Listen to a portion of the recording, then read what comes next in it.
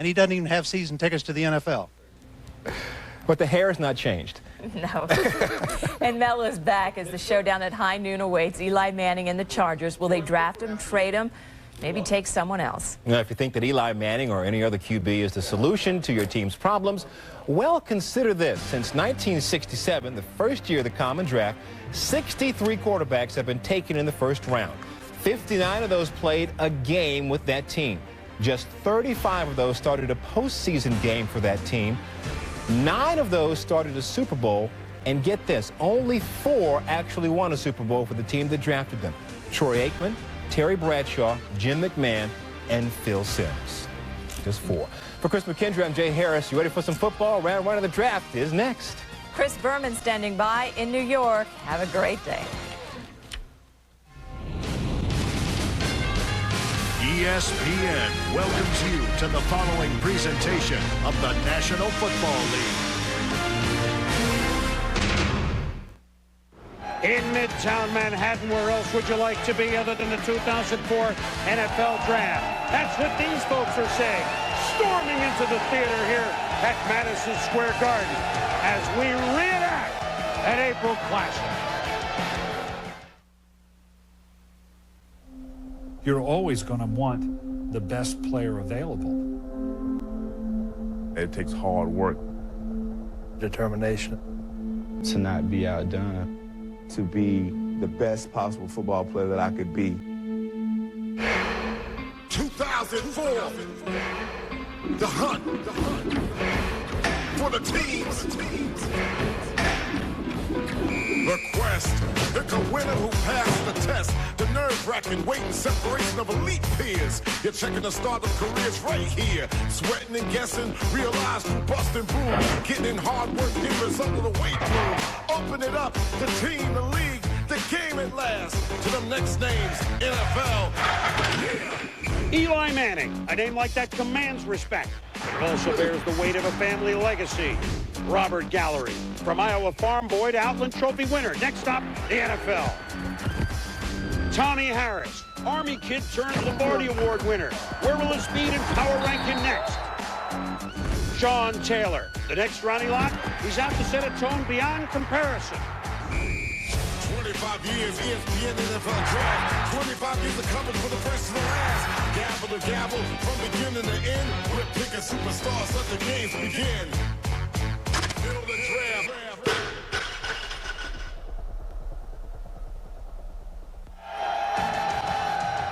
Welcome to ESPN's coverage of the 2004 NFL Draft, presented by Coors Light. They are inside, wearing the jerseys of all 32 teams. And when we mean all sorts are inside the theater at Madison Square Garden, we mean absolutely all sorts. From both coasts and all walks of life. Fans of the home teams, fans of the road teams, and yes, fans of a great family, the Mannings, father and son. This is their moment. Hello once again, everybody. I'm Chris Berman. So glad you can be with us here at the 69th annual selection meeting, which in English is the NFL Draft. Along for about his 8,000th NFL Draft is Mel Kiper. Good to see you again. Good to be here, Chris. Chris Mortensen for his 9,000th NFL Draft. Good to be here, of course. And his first with us, but a #1 pick at 88 by Tom Landry of the Dallas Cowboys. Michael Irvin, glad to have you on. Glad to be here, Boo. My first draft in New York. I love to be right here with the fans. You're like a player again, right? I've hit the feeling again. Absolutely. Well, to put it mildly, it was a historic and horrific week around the National Football League leading up to this draft, a week we have rarely seen. #1, the first family of quarterbacks, if you will. Archie Manning, drafted 2nd overall by the Saints in '71.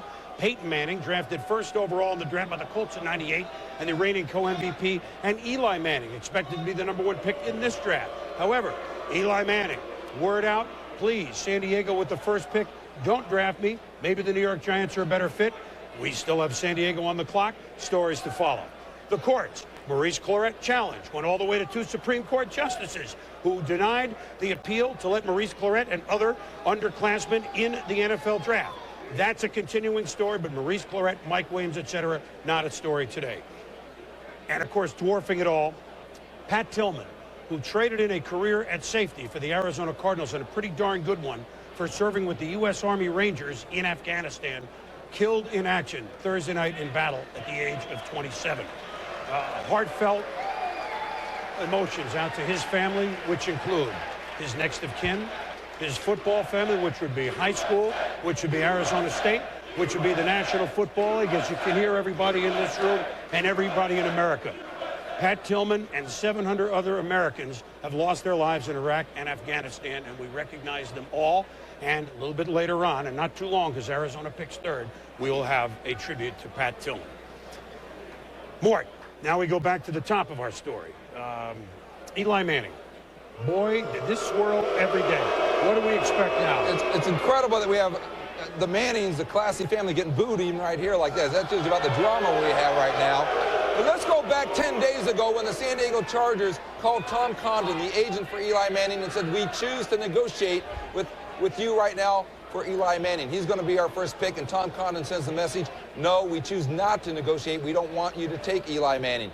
At that point, Dean Spanos, the president of the Chargers, called Paul Tagliabue, the commissioner of the NFL Football League, and Tagliabue said, let me call Archie Manning a friend.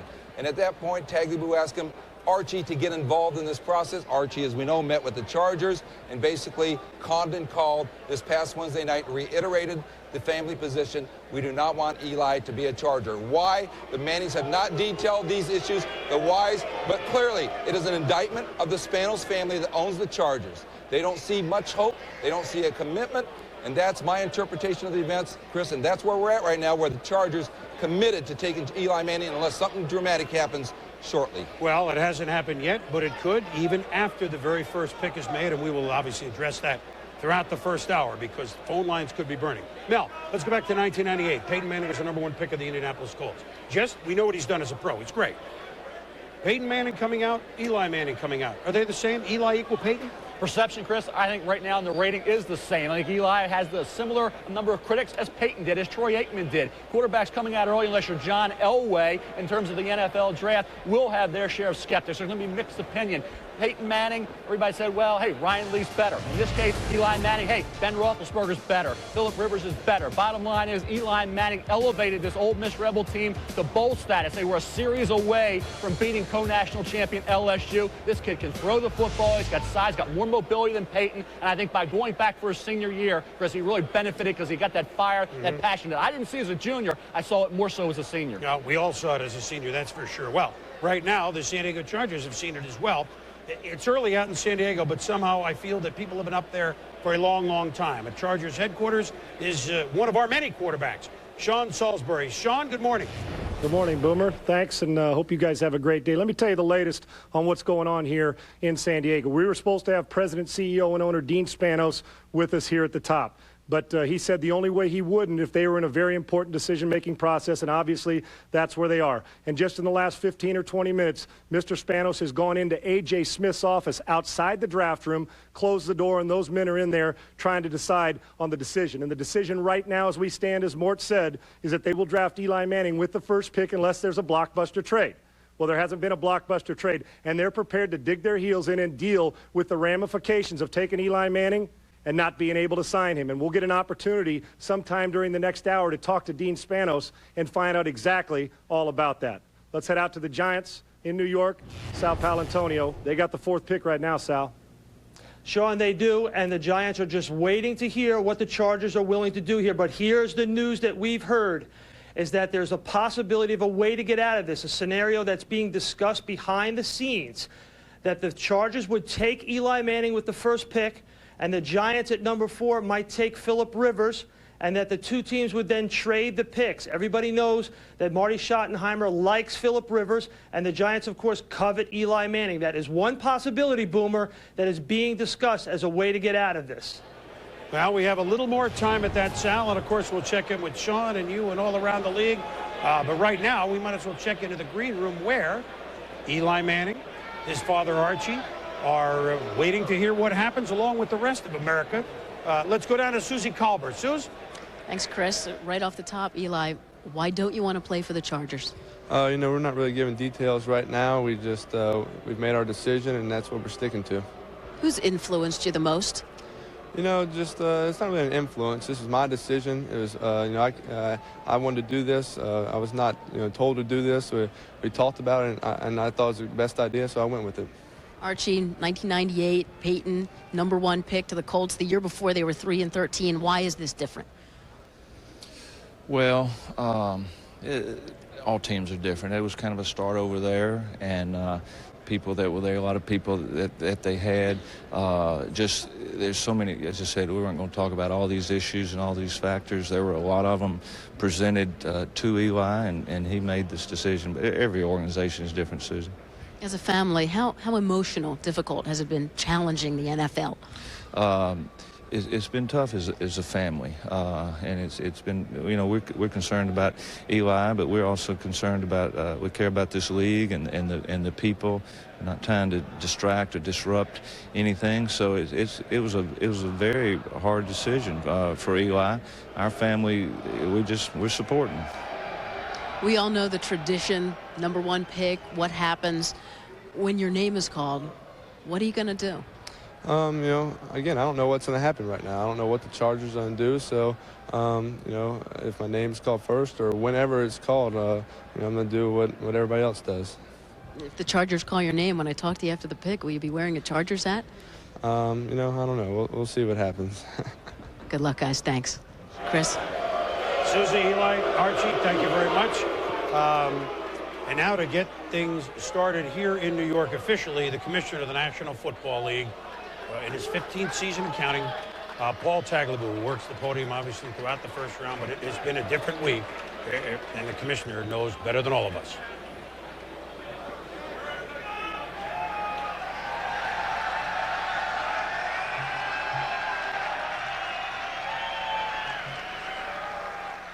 Good afternoon. If you give me your attention. Yesterday,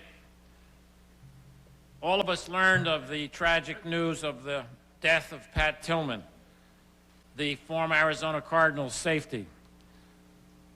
2 years ago, Pat Tillman left the Cardinals to join the United States Army, where he became a member of the elite Ranger unit. Like the 5 Marines standing with me today, Pat served in Iraq, and he was on another mission in Afghanistan when his unit came under attack. Pat Tillman personified the best values of America and of the National Football League. Like other men and women protecting our freedom around the globe, he made the ultimate sacrifice and gave his life in the service of his country. After talking to Pat's family, we will make certain that Pat's values and what he represents to America and to the National Football League continue to have a permanent place in the league. Please join me in a moment of silence in memory of all those men and women, all those heroes who have given their lives for all of us.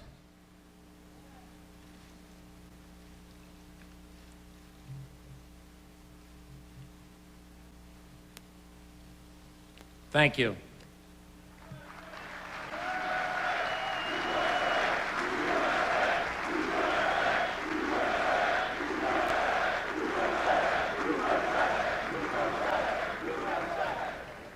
Okay, thank you. And now we open the 2004 college draft, and the San Diego Chargers have the first choice and are on the clock.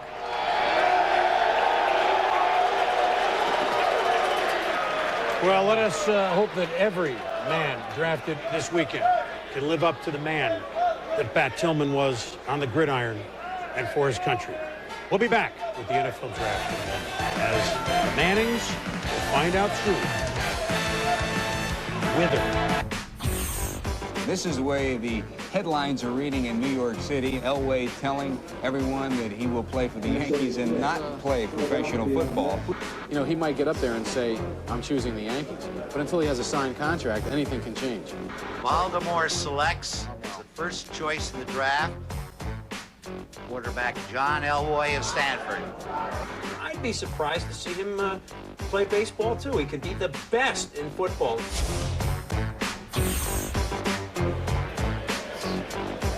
talk about scary television. Whoever that was in the red jacket is scary. Eli Manning has waited for this opportunity. It's not the opportunity that a lot of people might have sized up about a week ago, but we may know more in the next 15 minutes and the next hour. We may know more right now. Let's head back out to San Diego. Sean Salisbury, a buzz at Chargers headquarters?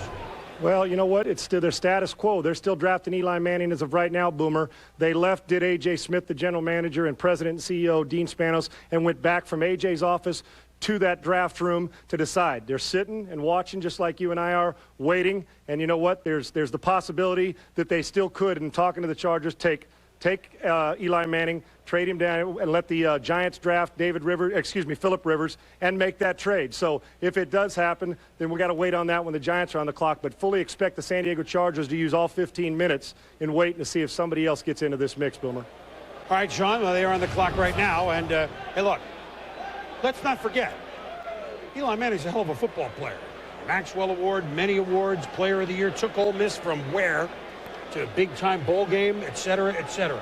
Mel, Eli Manning the player. Chris, what we forget is Jean Debate, a #1 pick, or rated as #1 pick to be a great quarterback. In Eli Manning's case, what he benefited from, and you talk about that name Manning, Archie's influence, I think, is the reason why he stuck around as long as he did at the college level. Keep in mind, he's redshirted in 1999, gradually worked his way into the mix, and as the top-notch SEC quarterback, his completion percentage improved 62.4% as a senior. And you watch him here. He was under pressure. The offensive line, Stacey Andrews, limited background in football. He'll be a 4th-round pick. He was on that offensive line, but overall they struggled. Chris Collins, good receiver, not a lot of speed. Running game, not evident each game in terms of helping out and assisting Eli Manning. That group struggled. I think when you look at the time that he had to throw the football, the lack of a running game, the competition that he faced in the SEC week after week, that's why he was able to achieve such a high grade. Maybe he's not the #1 pick. He's certainly not the consensus #1 pick. He's not the #1 quarterback on some teams' boards. But there's a lot of competition at that spot with Roethlisberger and Rivers. And what Eli Manning did in terms of elevating this Ole Miss football team, you see the throws there, the timing, the precision, which is most important considering the fact he didn't have the great wide receiver core. It's amazing what he was able to do. And I think the fact of the matter is, without Eli Manning, where would Ole Miss have been? They were on the doorstep of upsetting the co-national champion, one series away from upsetting the co-national champion LSU Bayou Bengals. You look at what he did throughout his career against that top-level competition. He was an elevator, and I think that's the key entity in a quarterback at the college level. If you don't have the supporting cast, Michael, you better be able to take really the reins. He did it, and he became much more of a leader as a senior, and that's the influence of Archie, keeping him around from redshirting in '99 all the way till his 5th-year senior campaign in 2003. How about pressure, though? Different than even playing quarterback at big-time football. It's the one thing that you cannot get a read on before the draft. But this situation, it may be different. Eli Manning, #1 pick overall. You want to know if a quarterback can go #1 and can handle the pressure of being the #1 pick. This guy has lived with pressure. He's the 3rd Manning. His dad played the game very well. His brother, the 4th Manning, Cooper Manning. Okay, but he's the 3rd quarterback Manning, and he's handled pressure well. I say he's a Sherlock, and because of the way he handles pressure, that's what makes him the #1 player. Michael, this is pressure that he's never seen before, and I guarantee it's been created by this buzz the last few days about all of a sudden Eli Manning. They tried in San Diego, I believe, to create a market that wasn't there. You talk about the money you have to pay for a #1 pick at quarterback. You talk about teams' boards being completely different around the NFL. This is a market could not have been created. What San Diego did was complicate matters, Chris. It should have been very simple. They made it complex. Look, let me boil it down to folks that may not have been following every move of this all week long. I think that the problem is that everybody looks bad here, right or wrong, all right? The Manning family, the first family. I mean, respect of the game, respect the people, absolutely. But yet, they weren't, it didn't appear to be Manning-like. You know, that's the perception. That certainly wasn't their intention, but that might have been what happened. The San Diego Chargers are made to look like all this, like the Beverly Hillbillies. I don't think that's fair. I'll address that in a couple of minutes, but that's a perception out there, and that's not being worn very well out in San Diego, as you might expect. And the NFL, let me go ahead 3 months, okay? If Eli Manning sits, you have the #1 draft pick not playing football, and that's not good for the NFL. Everybody looks bad. who legitimately looks bad, if anybody, and who actually will come out of this okay? Well, I think, it's like you said, I think everybody looks bad. There are no winners right now in this situation. The league loses, as you mentioned. Certainly the Chargers lose because now their fans are saying they're bungling this thing. And then, of course, the Mannings lose because they've had such a prestige image in this thing. I do want to address one thing that was asked earlier about to Archie Manning by Susie Colbert, which was, why is this different than the Indianapolis Colts and Peyton Manning? And Archie alluded to it, but he didn't tell you. And simply, what happened then was the Indianapolis Colts had just been taken over in the front office by Bill Polian, who had taken the Buffalo Bills to Super Bowls and had taken the Carolina Panthers to an NFC Championship team. The Mannings have grown up in New Orleans, where the coach at that time was Jim Mora, who turned a losing franchise in New Orleans around into a winning franchise. So in that respect, of course, they had a left tackle, they had Marvin Harrison. So they did see more hope there, certainly. Well, I mean, that was their read. The Chargers are trying to, look, they feel, look, we just got great news for the first time in a long time on maybe a stadium. There's a step coming in San Diego. We have a pretty darn good running back in LaDainian Tomlinson, maybe the best in football. However, at 4-12, they don't have a lot else, but neither did the Colts. I understand what you're laying out. And by the way, let's not forget, it is Eli's prerogative. Right? It is their prerogative to do what they're doing, like it or not. Now, for example, a couple of years ago, the exact same situation. There are two things tying in here with San Diego. Then let me go up to the EA Sports Desk. 3 years ago, Michael Vick. Well, they traded out of the number one spot with Atlanta, but the number one they got instead was this great running back, Tomlinson, Tim Dwight, 2 other picks. So let's not forget the Chargers didn't bungle that. Now, 98. Peyton was picked first. They ended with Ryan Leaf, but that's what everybody remembers. This is the team that drafted Ryan Leaf at quarterback. Not fair, but it did happen. Let's go up to Bristol, where we'll be joined all day long with the EA Sports Desk. Trey Wingo and company. Guys, you're ready to roll up there, I know. More than ready, Boomer. Thanks very much. Welcome into the EA Sports NFL matchup set. Trey Wingo here with Merrill and Jaws. And there is not even unanimous decisions here on whether or not Eli Manning is not the best player, but the best quarterback. Is he, Jaws, the best quarterback available in this draft? He is the best quarterback available in this draft. In all due respect to Ben Roethlisberger and Rivers and Lossman, when you look at Eli Manning, I've studied him extensively. He projects very well to the National Football League. The strong arm, the accurate throws, the mobility, the experience, the ability to manipulate a defense, move secondary, throw the ball down the field. He projects the best out of this group for the NFL. Right, in your opinion. Now, we watched the tape, and I come away with Philip Rivers being the best quarterback coming out in the draft. When you look at San Diego, the reason they like Philip Rivers, he is most prepared to come out. When you look at his anticipation, his ability to get rid of the football, that's why they like Rivers. The difference here is Philip Rivers doesn't have a dad who played in the National Football League. He doesn't have a brother right now playing in the National Football League.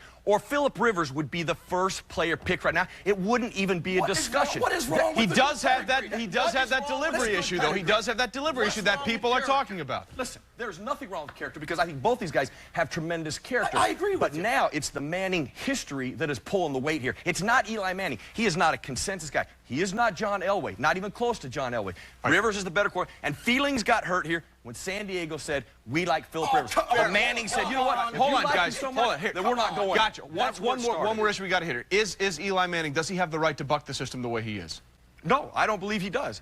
Based on just his overall skills, I don't believe he is that talented. It is because of his dad, his brother, and the power of that name that makes this happen. If Rivers had the same thing, he would be the first player picked, period. Jaws, your thoughts? I don't agree with bucking the system. But clearly, Eli Manning is the best quarterback. He projects to the NFL. The team that does get him, and we don't know who that's going to be right now, he will be a quarterback of that team for a long time. Why don't you have the right to buck that system? It's the only time maybe in your life you have the hammer. If you got the hammer, you should swing it. Well, I think there's some validity to that, but I don't think it should be done. All right, we shall see. Obviously, division on the set, division in the ranks. We don't know what's going on. Boomer, let's send it back to you in New York. Well, we're about to find what's going on, Trey and Merrill and Jaws. We look forward to your input. Well, here it is. #1 pick in the 2004 draft. Take a guess.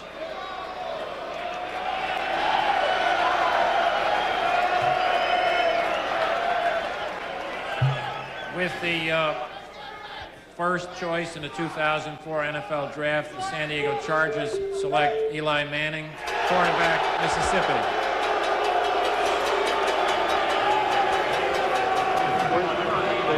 Well, a moment that he's dreamt about, that Peyton has lived, And Archie, as the number 2 pick overall in 71, was as close to, is not quite at this moment what he might have thought. However, well, here's the thing about this, is in speaking with Archie this week. Wait a minute, hold on, Mort.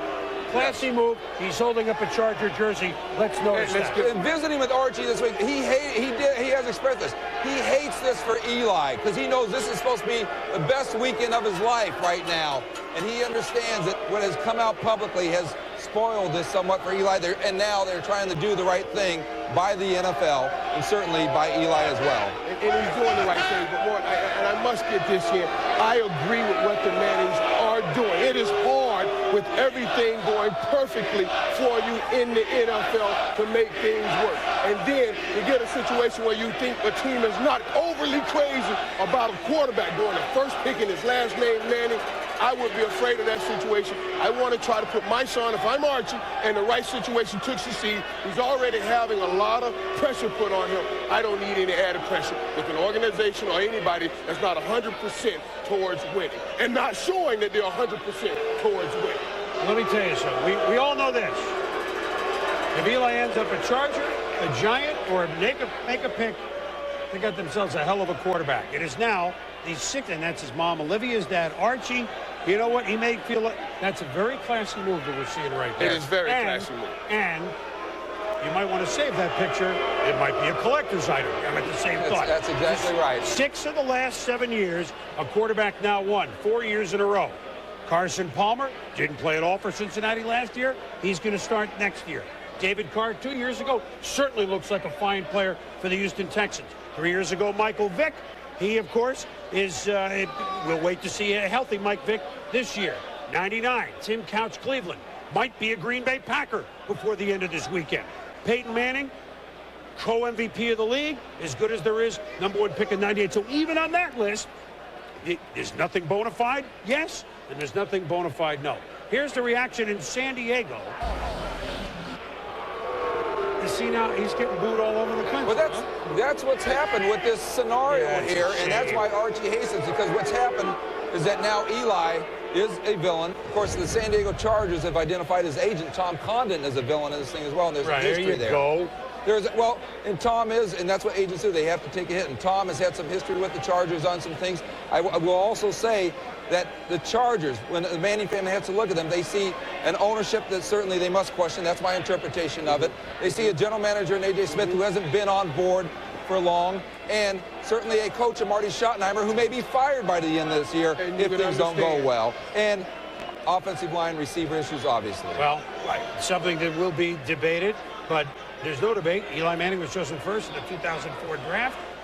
6 years after his brother, Eli is with Susie Colbert. Suze? Eli, what's this experience been like for you? You know, first of all, I want to say this is a great honor to be selected as the first pick. It's a great day for the NFL. It's an important day. So, you know, it's been a fun experience. It's been something I'll always remember. And, you know, just being here and with my family the past 2 days, it's been really great. I'm sure when you imagined this, you weren't thinking there'd be boos at Madison Square Garden. How are you handling it all? I'm doing fine. Obviously, you know, I've dealt with boos before. I've played in a lot of stadiums, you know, with LSUs and fans that'll boo you a lot. So that's just it's just part of the deal. What are you thinking when you're standing up there with the commissioner and you're holding a Chargers jersey? Well, obviously, everybody knows how we feel about the situation and what we've said in the past few days. So, honestly, I don't know what else is going to happen from here. I guess right now we just hope that a trade can happen. So if you had the ultimate right now, you'd be over during the first round, during the course of the day. What do you hope for? I guess we hope that another team will trade, you know, me to another team for picks, or I don't know how this all works. It's kind of a new territory for me, so I guess I'll sit and wait to see what happens. No trade happens, then what? You know, obviously we've talked about this, and we've told, you know, the Chargers how we feel and what will happen if they draft me. Great day, a tough day. Thanks. Chris. Eli and Susie, thank you very much. Well, there is some precedent, and we don't mean to say that he would be sitting out 12 months. Bo Jackson, drafted number 1 overall by the Tampa Bay Buccaneers in '86. Certainly a franchise at that time that you would have some concerns about. He elected to sit out the whole draft. went as a 7th-round pick the next year with the Los Angeles Raiders. He was already playing for the Kansas City Royals. John Elway, 1983. You saw the horrifying picture of me 21 years ago. You also saw that Elway, for a few days, Baltimore Colt property, but the trade to Denver. Similar, different. Mel, you were in Baltimore. I was, Chris, and a historical irony. You talk about then general manager of the Baltimore Colts, Ernie Accorsi, drafted John Elway. Always said, I'm not playing for the Colts. I told you I wouldn't. I'm going to play baseball. Well, that summer, Ernie Accorsi was in the process of working out a deal that would have made John Elway a Baltimore Colt. He would have never been a Bronco. The trade by the owner to Denver without his consent created a situation where Elway went to Denver for Chris Hinton, Ron Solt, and Mark Herman. In the case of that situation, John Elway said what he did, but still could have been a Colt. Now you have a situation where Ernie Accorsi, GM of the New York Giants, on the other side of the fence, trying to benefit from a player, Eli Manning, saying, I'm not going to go to San Diego. The difference here is that Bo Jackson and John Elway had baseball options, and Eli Manning is a football player only. Correct. And if he actually has this resolve, we know that economically he doesn't have to sign with the Chargers. But in reality, John Elway did not have a baseball option. Well, he had a minor league. That was a fictional baseball option. It was fictional. It was fictional. Look, right now Oakland's on the clock, then Arizona, then the New York Giants. If that is the only team, no, anybody could call, but if that's the team, they might make a trade for the spot. Look, Phillip Rivers, the next quarterback on many boards, although Ben Roethlisberger is here, and other boards, the next quarterback, from NC State. He was scouted personally by A.J. Smith, the general manager, midway through the season. A GM going to a team, he's, going to visit. That's different than a scout. He was not originally on the Senior Bowl roster. Marty Schottenheimer was one of the coaches in the Senior Bowls.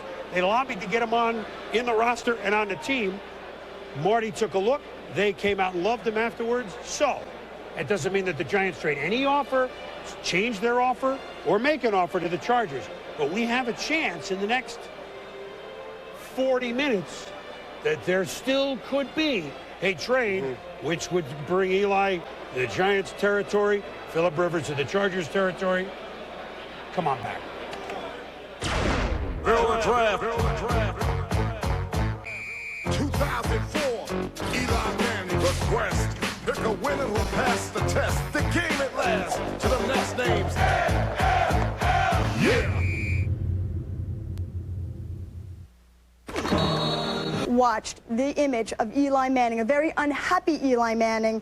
What were your thoughts? Well, it's unfortunate that he put himself in this position just because it should be the biggest day of his life. He's going to sign a contract that is going to set him up for the rest of his life, his family. Obviously, they're doing well as it is with Peyton and everybody, but he's the #1 pick. He's the #1 option that everybody wanted in this draft. He should be happy as can be. All right, John, we will be back at the roundtable for much more opinion, but right now let's head back to New York where the pick is in for the Oakland Raiders. All right, Andrea, thank you very much. The Oakland Raiders are on the clock. This has been a hot spot. Cleveland in particular may be offering a 2 or 4 or something else to move up. We'll tell you why. There are 5 or 6 special players right here. Who do the Raiders like? With the second choice in the 2004 NFL Draft, the Oakland Raiders select Robert Gallery, offensive tackle, Iowa. Well, let me just put one thing in for a moment backwards. That might make the New York Giants San Diego trade a little more possible. It might. I'm just going to say that. Robert Gallery, we haven't even talked about him. He is one of the best tackles rated in a long time. Up there, Mel, with what? Tony Baselli, Jonathan Ogden, Orlando Pace. Do you agree? Yes, I do. And I think when you look at Robert Gallery, also they say safe pick. Well, safe pick for the reasons that the tackles you mentioned, Chris, have had outstanding careers. Not to mention top guys like Trey Thomas out of Florida State with the Eagles, Walter Jones in Seattle. Keep in mind, Jordan Gross started all year in Carolina, Super Bowl team. So I think teams feel, hey, when we take an offensive tackle, a left tackle, we get an immediate return more on our investment. We can plug him right in, and he is a safe pick. And when you look at the highlight package of Robert Gallery, you see a destructive force. Kirk Ferentz, the head coach at Iowa, does a remarkable job. He's an offensive line guru, and I think when you look at Robert Gallery, a former tight end, becoming a great left tackle, a lot of that had to do with Kirk Ferentz and the way he was coached. How about from the farms of Iowa to the second pick in the NFL draft? But is he Tony Baselli? Is he Jonathan Ogden? I think when you look at Ogden, I think he's got a chance to be that good. Is he Ogden as a player? No, he's a different style of player. This is a rugged, offensive tackle, rugged left tackle. As I said, a former tight end who grew into the position. Very strong, tremendously mobile, and very tough. I tell you, this is a kid who did a heck of a job on the defensive side of the ball in high school as well as the offensive side. You look about the experience that he gained at Iowa in that style of offense, and you watch him here, number 78, the feet, the balance that he has, the ability to not just get your guy, but move on and assist that running back, Fred Russell, as he did. And you saw Fred Russell here, number 2, have a number of big runs. A lot of it had to do with Robert Gallery and his dominance. You saw him against Will Smith from Ohio State. You saw him against some elite defensive ends get the job done. And this kid never really had an off game. He was All-American week in and week out. And I think Robert Gallery's dominance on a consistent basis is why he achieved such a high grade. As I said, on a par, no question about it, with Ogden, Pace, Baselli, and Samuels. Robert Gallery will be expected. And history has proven it will happen. A left tackle moves in right away and starts from day one. Raiders? I love the pick. I absolutely love the pick. The Raiders are so used to going after talented players, wide receivers, running back. But now they're getting back to the basics. They're saying, we're going to win with line play. Offense, defensive line. Of course, they signed Warren Sapp, Ted Washington, Big Sam Adams, and stop the run. And let's be able to run. Noah Turner, the new head coach, believe me, played with him. He loves to run. You know what's never been discussed about the Raiders, though, and I'm just wondering whether it should have been. Should they have taken a quarterback? You got to remember, Rich Gannon's coming off shoulder surgery, and he's up there in age. Tuiasosopo coming off a knee injury, and we don't know how he plays. Norv Turner is a big down-the-field type guy, and you've told me it starts with the quarterback. Why not? He's a big quarterback guy. So what does that say? He doesn't see a quarterback that he loves in here. He's going to wait, maybe find his quarterback later, but he sees offensive tackle that needs to protect that quarterback, and that's the guy I get. Mike identified some of the big changes, literally, for the Oakland Raiders, including the big guys on defense and the new coach. Raiders, a year removed from the Super Bowl, have the second-round pick. Which team are they? Arizona, when we come back. Yeah. With the Arizona Cardinals on the clock. And the Arizona Cardinals and their fans, and when you think about Arizona, thinking a lot more than just who they're going to pick in the first of the Denny Green era. In 2001, Pat Tillman was completing his 4th season as safety for the Arizona Cardinals. Here was a man that had a chance to sign a 5-year deal for $9+ million with the St. Louis Rams, decided, I'm loyal to Arizona. They're the team that drafted me. I'll play for less money. Then, after 9/11, here in New York and elsewhere around the country, he decided at the end of the season, football was not his calling. His country was the calling. So he turned down a multi-million-dollar contract to play safety for the Cardinals in a state that he loved and the game that he loved, to serve with the U.S. Army Rangers. When he enlisted in the Army, along with his brother, he turned down all interview requests because he said, I am no more important than any other man or woman serving in the service, whether in peacetime or in wartime. I don't want to bring any attention to myself. That was the man that Pat Tillman was, and of course we heard the news on Thursday night, killed in action in Afghanistan. Chris Connolly remembers. What does a hero look like? From his earliest days in big-time football at Arizona State, Pat Tillman was an overachiever, admired for making the most of his physical skills, his smarts, and his aggressiveness. If his achievements in the NFL made liars out of those who doubted his ability to compete at that level, his decision to leave the game he played to serve the nation he loved made liars out of us all of us in sports, who casually invoke such concepts as sacrifice, selflessness, and dedication. Hip deep in a culture that prizes cold cash and fame's heat, Pat Tillman turned his back on them both to embrace the values of what sometimes sounds like a different era entirely: duty, honor, country. In life, he sought out challenges and met them head on. In death, he may have performed one final service for his fellow soldiers and for America by reminding us all that every man and woman who has fallen in that theater of battle also has a face and a story that must not be forgotten.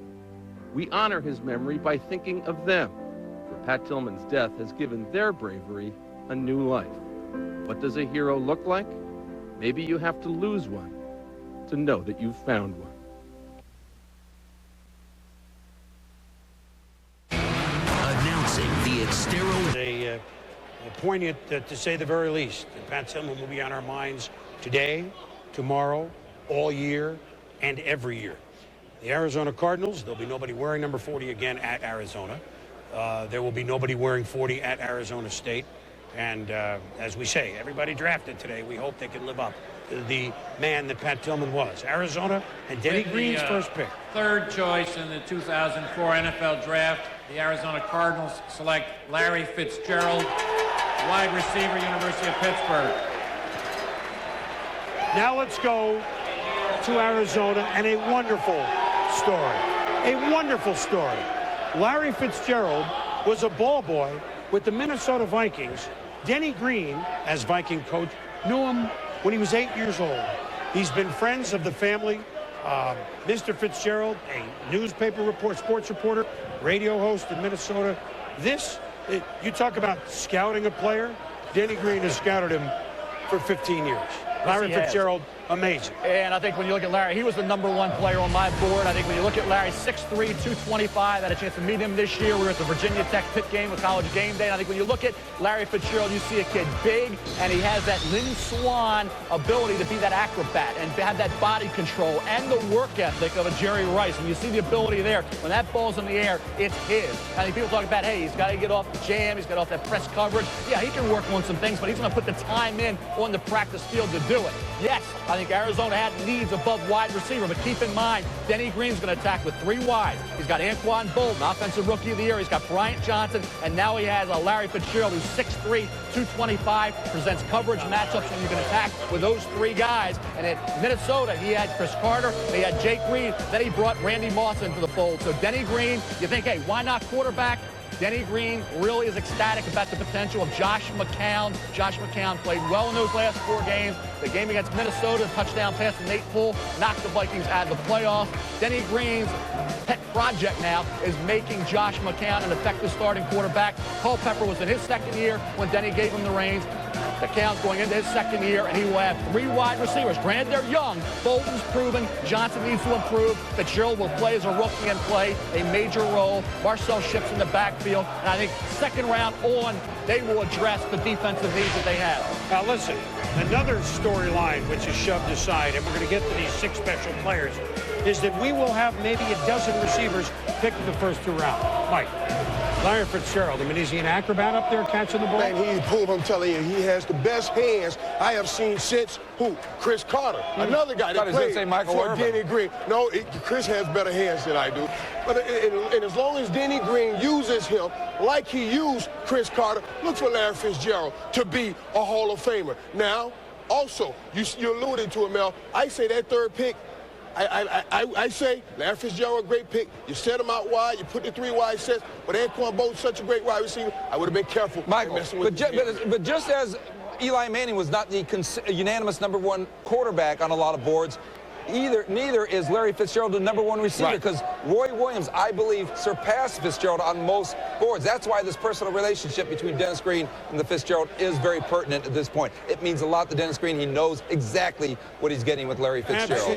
Absolutely. Larry Fitzgerald, I know he knows, and I like Larry Fitzgerald as a wide receiver, but I also know the mentality of a wide receiver. And you have an Anquan Bolden who has played well for you, overly well. He caught over 100 receptions last year. You have Bryant Johnson right there, who you drafted in the 1st round last year also. So with that, I don't take Larry Fitzgerald because I don't want to mess with him. That's what I'm saying. Wouldn't Roy Williams have been a Randy Moss type to complement Bolden? Aren't Bolden and Fitzgerald similar guys? But that's too much of a luxury for Arizona. They don't have that luxury. You go get you a defensive player like Sean Taylor, and you let Anquan Bolden do what he does both best. Special players. They are both best players. And after all, the Arizona Cardinals scored the fewest points in football. They allowed the most. One of the reasons that Denny Green is the new head coach. A year ago, he was sitting in Michael's seat. The head coach next year, obviously. Well, the New York Giants are now on the clock, and maybe, just maybe, there's some drama. Don't know. Maybe Sal Palantonio knows. Let's go across the river about 8 miles to Sal with the Giants. Sal? Boomer, while the Arizona Cardinals were on the clock, the Giants confirmed to us from their draft room that if Phillip Rivers, the quarterback from North Carolina State, was sitting at #4, there would be discussions with the San Diego Chargers that the Giants would take Rivers and then swap quarterbacks with the Chargers, and that the Giants would eventually wind up with Eli Manning. We can only assume that those discussions are taking place right now, Boomer.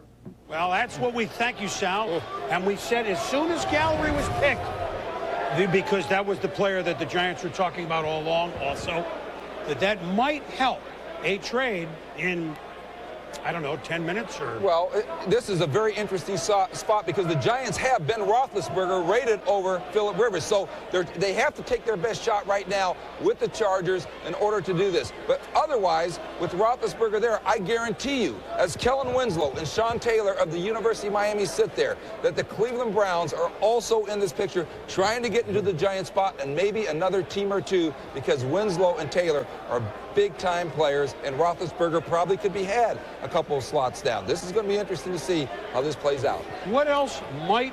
Look, I mean, those are enough scenarios, Mel. Gallery gone. Who would be the next just player? Let's forget everything else. Next player, because we really haven't gotten into... Maybe we can. Sean Taylor's one of the highest-rated safeties in a long time. Kellen Winslow, the second, one of the highest-rated tight ends in a long time. Larry Fitzgerald and Roy Williams, Mike and the guys just talked about. Gallery, one of the highest-rated tackles in a long time. You don't see this that often, all in one draft at the top, Mel. They're the big six, and all these great guys that you see are #1 on some teams' draft boards, and we've already had Manning and Gallery and Fitzgerald gone. We still have 3 remaining: Kellen Winslow, Roy Williams, and Sean Taylor, and that's why you have this jockeying for position, as Mort said, because some of these guys, all these guys, are #1 on somebody's draft board, and that's a rarity. When you get to that 6th spot, you can still get a guy that's #1 on our board. Right. That doesn't happen often, Chris. And so, Giants 4, Washington 5, Detroit 6, Cleveland is at 7, others a little bit below. Therefore, the top 6 are your premium spots. So, we're looking at the trade from San Diego to New York. Maybe. There may be others. We didn't think this would be the fastest moving first hour because there are lots of phone lines buzzing.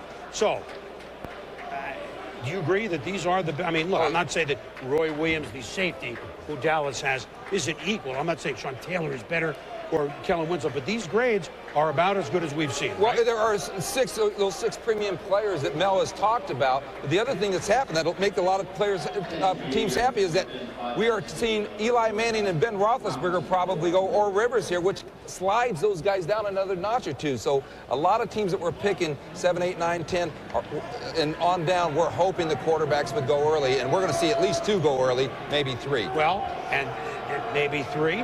And another storyline, and there's Ben, Miami of Ohio, a guy that many say, just let him sit and watch for a little bit, and he may have the best side of all of them. So you do get the different opinions, and it's exciting, and you may see J.P. Lossman, I expect, quarterback in the first round, probably 4 first-round quarterbacks, probably 6, 7 wide receivers. Not a lot of offensive tackles.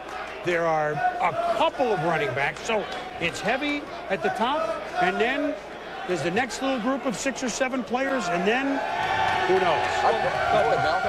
I tell you, those 2 Miami players, Winslow and Taylor, are coveted by a lot of teams, and I'm telling you, there is talk right now, as you mentioned, about those players. Kellen Winslow is the top-rated player on a lot of draft boards, period. Well, I think you've already seen what other tight ends that may not even have the ability that Kellen Winslow has have done. Tony Gonzalez, certainly Jeremy Shockey, and Todd Heap. Todd Heap has been tremendously effective in that Raven offense. So they're much more than tight ends. Ernie, of course, he made that point when he drafted Jeremy Shockey. He said, hey, if he was a tight end, we wouldn't have been our pick. He's much more than a tight end. He can expand your offense. Kellen Winslow can do just that. Sean Taylor is a destructive force in that secondary. He was just a safety who had ability. Fine. Ed Reed had a lot of ability. He dropped to 24-25. This kid brings a Ray Lewis passion, and Ray Lewis has helped to make Ed Reed the great player he is in Baltimore. This is Sean Taylor, one of the men, and he is with friends and in Miami. You saw that at a gathering, and it will soon be a party.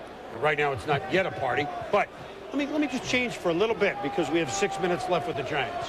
You draft early in the draft, therefore you had a bad season. Therefore, 7 new coaches in the NFL. Many are coming up right now.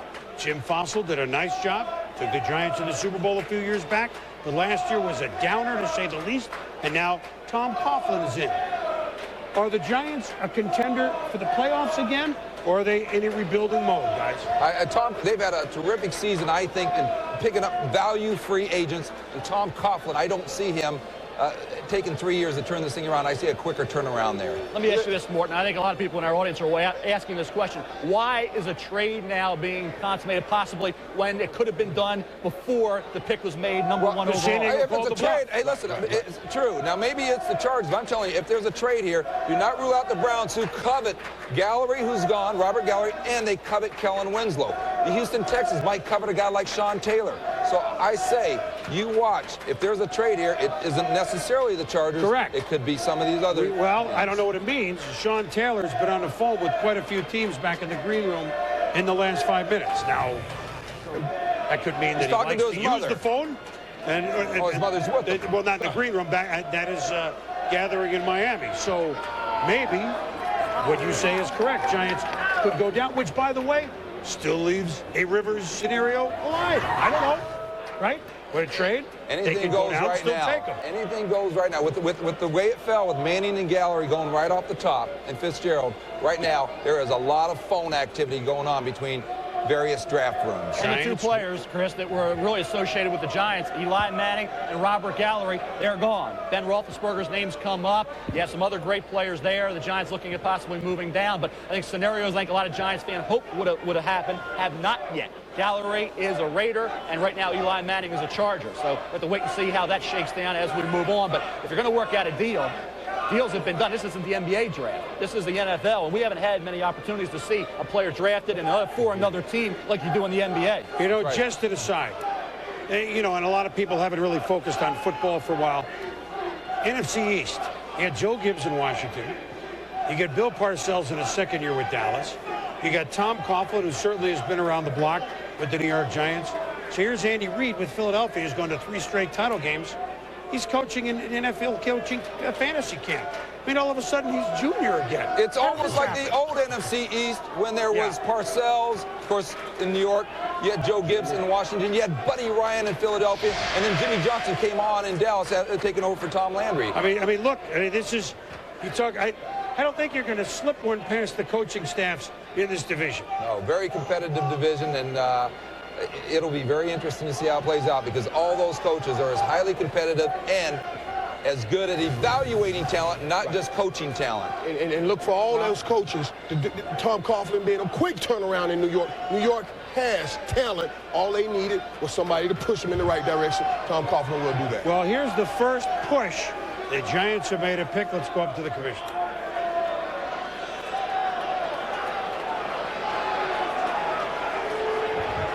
Cleveland. Never know.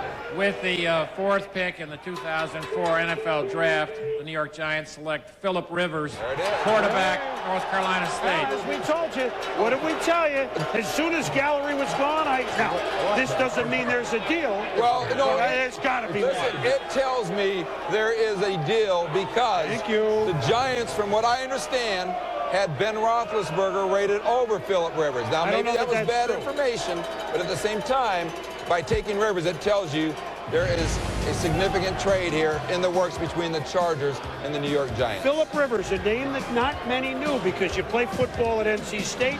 Only Roman Gabriel and Eric Kramer have been signal callers in the NFL from the Wolfpack now. Exactly. I think when you look at Philip Rivers, I saw a lot of Bernie Kosar in Philip Rivers, and you say, okay, who coached Bernie Kosar when he came out of Miami in the supplemental draft? Marty Schottenheimer. And I always thought that in San Diego, and we talked about it, it's not that complicated. Either take your guy or you trade down. And if you're debating both and you're waffling back and forth, that's not the way to do it. Who was the general manager in Cleveland when they picked Kosar? Ernie Accorsi. Okay. Exactly. And I think when you look at Philip Rivers, you see that ability, that cerebral approach. And everybody said, well, it's unorthodox delivery. His arm strength is questionable. You're looking at passes here, and you tell me if his arm strength is suspect. This kid has that quick release, even though it's low. Not many passes batted down at the line of scrimmage.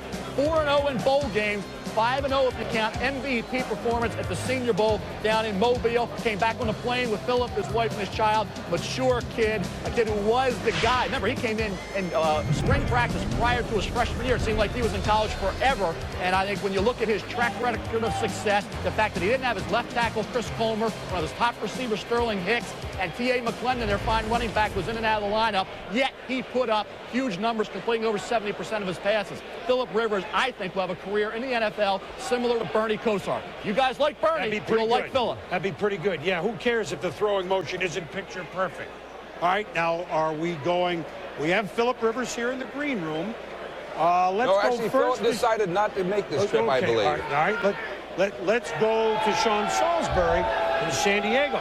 We suggested, Sean, once Gallery went, that might sweeten the possibility of a deal. Has it?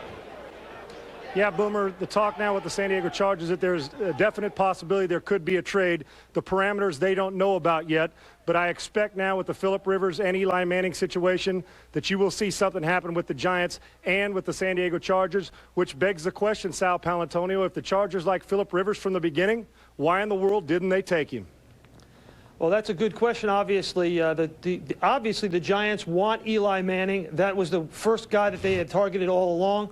We heard early on that once Larry Fitzgerald went to the Arizona Cardinals, that there would be discussions between the Giants and the Chargers. We can only assume those discussions are ongoing, and we will hear shortly, I hope, from Ernie Accorsi. It's back to you, Boomer. All right, Sal, thank you very much. Philip Rivers is here. Hey, look, he's drafted 4th in the NFL draft, okay? You've made any mock draft in the middle of this season, the name isn't on the board at all. But here he is with Susie Colbert. Suze? All right, Chris, and Philip Rivers joins us from his parents' home in Raleigh. He did decide not to come here to New York. So, Philip, what have you been hearing today? I can't. Philip, what have you been... I've been right here at home. I've been right here at home with the family in Raleigh and just kind of waiting. I'm excited. What have you been hearing? We know you've been on the phone. What are the teams telling you? Well, I hadn't gotten a call yet from anybody. I'm just excited, you know, as of right now to be a Giant, and I don't know how everything's going to play out, but I'll be excited to see what happens. There's been so much talk of possible trade. San Diego, New York Giants. We know that Marty Schottenheimer and the coaching staff there in San Diego loved what they saw of you on tape. How would you feel about playing for the Chargers? You know, I'm going to be excited wherever it is. You know, as of right now, I'm approaching it like I'm going to be a Giant, and if that's the place, I'll be excited to be there and be a part of that team. And if it ends up being somewhere else, I'll be excited too. I hadn't heard anything yet other than what all y'all are saying, so I'll just be excited to see what's for sure. Philip, there's been so much talk about the unorthodox delivery. What's your message for the NFL? Well, I just think that there's been a lot of talk about it, but it gradually decreased throughout the season and throughout the Combine and the Senior Bowl, and I don't think it's going to be an issue, and that's kind of the feeling I get from most teams, and you know, hopefully the Giants feel that same way, and things will work for a long time. Philip, we'll keep in touch with you. Right now, let's go to Ed Werder in Washington. Ed? Thanks, Susie. You know, Joe Gibbs making his first draft choice in 12 years, and it may be the only one he makes all day because they have really tried to bolster their offense to the detriment of their drafts. They only have one pick today. It's this pick. It's because they traded for Clinton Portis, giving up a 2. They traded for quarterback Mark Brunell, and Joe Gibbs told me he feels like Kellen Winslow, the tight end, could really put this offense over the top. He says it's the kind of guy he's never had before at this H-back position, and that they consciously did not, in free agency, as active as they were, did not sign a safety or a tight end because they like the 2 Miami players, Sean Taylor, the safety, and Kellen Winslow, the tight end. The 2 players are rated so closely here, in fact, that Greg Williams, the defensive coordinator, told me he went into a meeting this morning still thinking he could convince Joe Gibbs to take the defensive player Taylor, but I am told they are leaning heavily toward Winslow at this point because he's told his coaches Winslow is just a unique player. And remember, he coached his father when he was at San Diego, changed his entire way of playing offense because he had Kellen Winslow, the original, the Hall of Fame tight end. Boomer, back to you. All right, Ed, thank you. One little note on the Giants. What a proud day for the Rivers family there. You know, wherever he ends up, he's the 4th pick in the draft. If Giant fans like that twang just a little bit, last time they picked a quarterback in the 1st round, 1979, a little bit of twang. Phil Simms, that turned out all right. So whether it's Rivers, whether it's Manning, whether it's whoever it might be, the Giants now, one little question, but I'll get the answer when I come back. If it's Rivers or Manning, with or Kerry Collins, just something to throw out as we anticipate the Skins, the Lions, the Browns, and the upper echelon of this draft. The NFL Draft is presented by Rocky Mountain Cold Coors Light, the official beer sponsor of the NFL. And in part by Nissan, who invites you to ship the way you move through the world. And Lowe's, where you'll find all your home improvement needs. Lowe's, improving home improvement. Now, a beautiful day in New York, and certainly a wild early afternoon here in the Big Apple in the theater inside Madison Square Garden. Manning, Gallery, Fitzgerald, Rivers, gone 1, 2, 3, 4. Where they end, we still don't know. Now, Washington, Detroit, Cleveland, those players you heard Ed mention, what will be burning the phone lines now? Well, actually, let's go back to what was burning the phone lines. Frame some of that drama while the Giants were on the clock.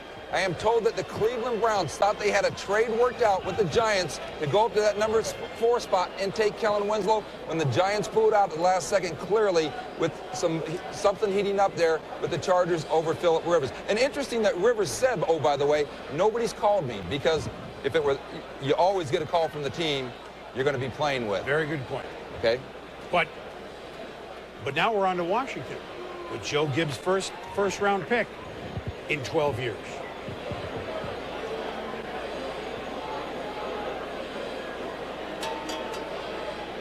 And the commissioner, a one-time season ticket holder of the Washington Redskins when he was a lawyer in the nation's capital. He's been the commissioner a long time, but you always have an extra eye open for what your team might do.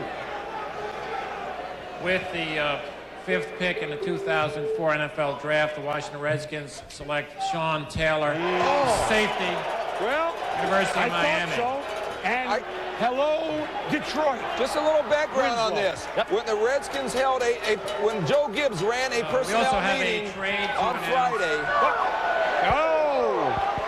The San Diego Chargers and the New York Giants have exchanged their draft picks. I got a great question to ask. Eli Manning and Phillip Rivers. And also the Giants are assigning to the Chargers their 3rd round pick in this draft and their 1st and 3rd round picks in next year's draft.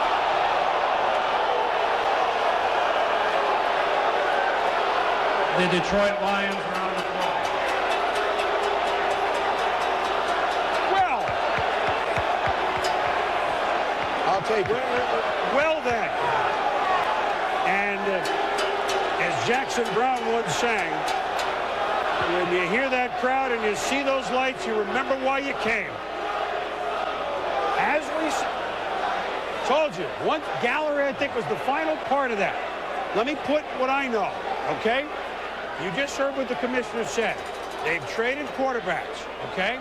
So they get a 3 this year, does San Diego, and a 1 and a 3 next year. San Diego, let me take it from their angle with what I know, was out to get better than the Vic trade of 3 years ago. And what that trade was from 1 to 5, this is 1 to 4, for a number 1 pick, which they got. They picked Tomlinson with Atlanta. They picked a 2 next year, a 3 that year, and a pretty good player in Tim Dwight. Hold on. 1st and 5th round picks, not the 3rd round pick. However, but the big number is here, Mel and Mort, a 1 next year, which the Giants don't expect to be this high, of course, but you don't know. Right. So San Diego may have indeed gotten something comparable or a little better than the Vic. I don't know. I think San Diego capitulated a little bit here. Well, sure they did. It is not the trade of the century that they've been framing, and it just tells me that they came to their senses thinking we do have an equal grade on Phillip Rivers, and why go through the mess we're about to go through? What they did was reach for the sky and fell a little short, and they should be happy with their job. Here it is. Let everybody, here it is. I mean, just to recap. So they trade the rights to the 2 quarterbacks, essentially trading the 1st round picks, okay? And so San Diego gets a 3 later today and a 1 and a 5 next year. They both capitulated I just had a feeling this was going to... It's funny that they couldn't get this done in days, Right. but we got it done in a half an hour. But they got it done. I have an interesting question. Who gets to negotiate as the #1 pick? Eli Manning. It'll be it. I bet you both agents want to negotiate as the #1 pick. Of course, both agents want to do that. Right. Chris, it's a steep price to pay. You could say on paper. I think when you look at it for the New York Giants, they believe. I think Ernie, of course, drafted John Elway. He sees Eli Manning as a special quarterback. You have to determine, the key to this trade is, what is that first-round pick next year? How high is that pick? If the Giants are picking in the 20s, or are they picking in the top 5? That remains to be seen how the Giants, turn this thing around, how quickly they get back on track this coming year. Clearly, next year's #1 was a key because Ernie, of course, he would not give up. He's the general manager of the Giants, of course, would not give up this year's second-round pick. I think that's really what the Chargers had wanted, but a #1 next year obviously did the trick. And also the comments, I think, when you talked about Dean Spanos yesterday, Morton said, okay, our entire draft this year and a first-round pick next year. Well, they didn't get as much as they said they wanted for a guy that they said was one of the elite quarterbacks coming out of all time. There were a lot of emotions, and there was a lot of anger, and I think people had to sleep another night on it. And cooler heads prevailed. Look, so Eli Manning property, Giants, Phillip Rivers property, San Diego. The man that engineered this trade right across the river for the Giants is Ernie Accorsi, the general manager, who was certainly involved, as Mel pointed out, with the Baltimore Colts. On another end, when John Elway was picked by Baltimore, said he didn't want to go there. It took a few days. Elway went to the Denver Broncos for a very good player, Chris Hinton, a veteran quarterback, Mark Herman. That's ancient history. Now, everybody's on the other side of the tracks. And I just throw out, I know a lot has happened in a hurry, but Jess, you think both Rivers and Manning could come right in and start. Rivers very well may in San Diego, which then might end the Drew Brees era. They had Doug Flutie as backup. New York, they have a guy that took them to the Super Bowl, Kerry Collins, albeit a few years ago. Right. Would Eli Manning, like Peyton, come in and take the first snap in week 1? That would be something that we would have to see. So, I'm just putting everything on a fast track, but boy, there was some fast tracks the last half hour, right? Ernie's not ready yet. We're going to go out to the Giants in a moment. Ward? Well, one thing you're saying, we are seeing Ben Roethlisberger on the phone right now, which means somebody probably is trying to trade up there and maneuver up into this spot with Detroit. Well, we'll see what happens on that one. All I can tell you is, in terms of this trade with Eli Manning and Kerry Collins, as you mentioned, I've been told that Tom Coughlin is determined to play if he took Eli Manning from day one. That's shocking. Now, Tom hasn't been quoted on that. That would tell me that Kerry Collins is headed out of New York, because there's no way they're going to have him back up Eli. That's based on what I've heard, not what he has told me. You hear stuff sometimes. It all just happened. All right, now we told you that the Giants have taken Phil Simms, and that's been a long while, 25 years ago. It's the third longest drought, and see how the names keep coming around. Ernie, of course, he involved with Elway. Archie Manning was still the last quarterback drafted in the first round by the New Orleans Saints. You saw Bill Munson. Well, I mean, that's a long time ago. Phil Simms took the Giants and led the Giants to their first Super Bowl in 1986. It was 7 years later. Phil Simms, who we got to know even better, worked with us before moving on the broadcast booth to other networks. And Phil Simms was a great player in New York.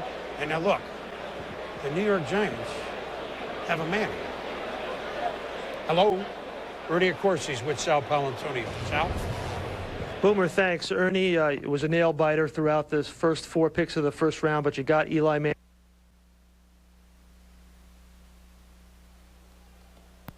Or Pittsburgh.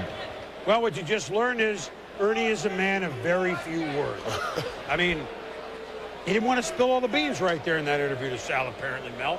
Maybe only you can get the information out of him. Well, I think when you look at Ernie, I think he's happy with the fact he got his young quarterback. I think nobody prioritizes young quarterbacks who have elite skills, and we can debate whether Manning has elite skills more than Ernie Accorsi does. As I said, you look at John Elway, he would have been a Colt if it was up to Ernie Accorsi. Unfortunately, it wasn't. The owner made that deal, not Ernie. So I think you look at this opportunity. If you're picking down the line, you're not going to be able to make this trade. By picking 4th, and they hope it's an aberration, they were able to make this deal. And I think that's a lot of teams now are getting away from the young quarterbacks. Ernie Accorsi never will. All right, look, here's a little trick of the trade. It's live TV. These things happen. Sal, caught in mid-sentence, now finishes the sentence with Ernie Accorsi. Thanks, Boomer. I am with Ernie Accorsi, the GM. We had a little technical difficulty there. Ernie, go back and tell us what the parameters of the draft, of the trade were. Sal, the trade was Philip Rivers for Eli Manning, and we gave San Diego our third this year and our first and fifth next year, not our first and third. Why Eli Manning? Why was it so important for him to be in a Giants uniform? Well, we all kind of had the unanimous opinion that this was a special quarterback. You know, you don't get a chance very many times for a decade to be able to select someone like him. We scouted him heavily as a junior because we weren't sure that he might come out. We tracked him this year, and I think we all felt that this was a quarterback that you wait for a long time, and we're just thrilled to have him. What were the discussions when San Diego was on the clock at the beginning of the first round there, and why didn't the trade happen then? Well, we really never had any discussions. We only had a discussion when they, we decided to pick Rivers, and we had our reasons, sure, we thought maybe, possibly that could interest some clubs, and if not, we had a pretty good quarterback for as far as we were concerned. We loved him, and then the discussions began after that.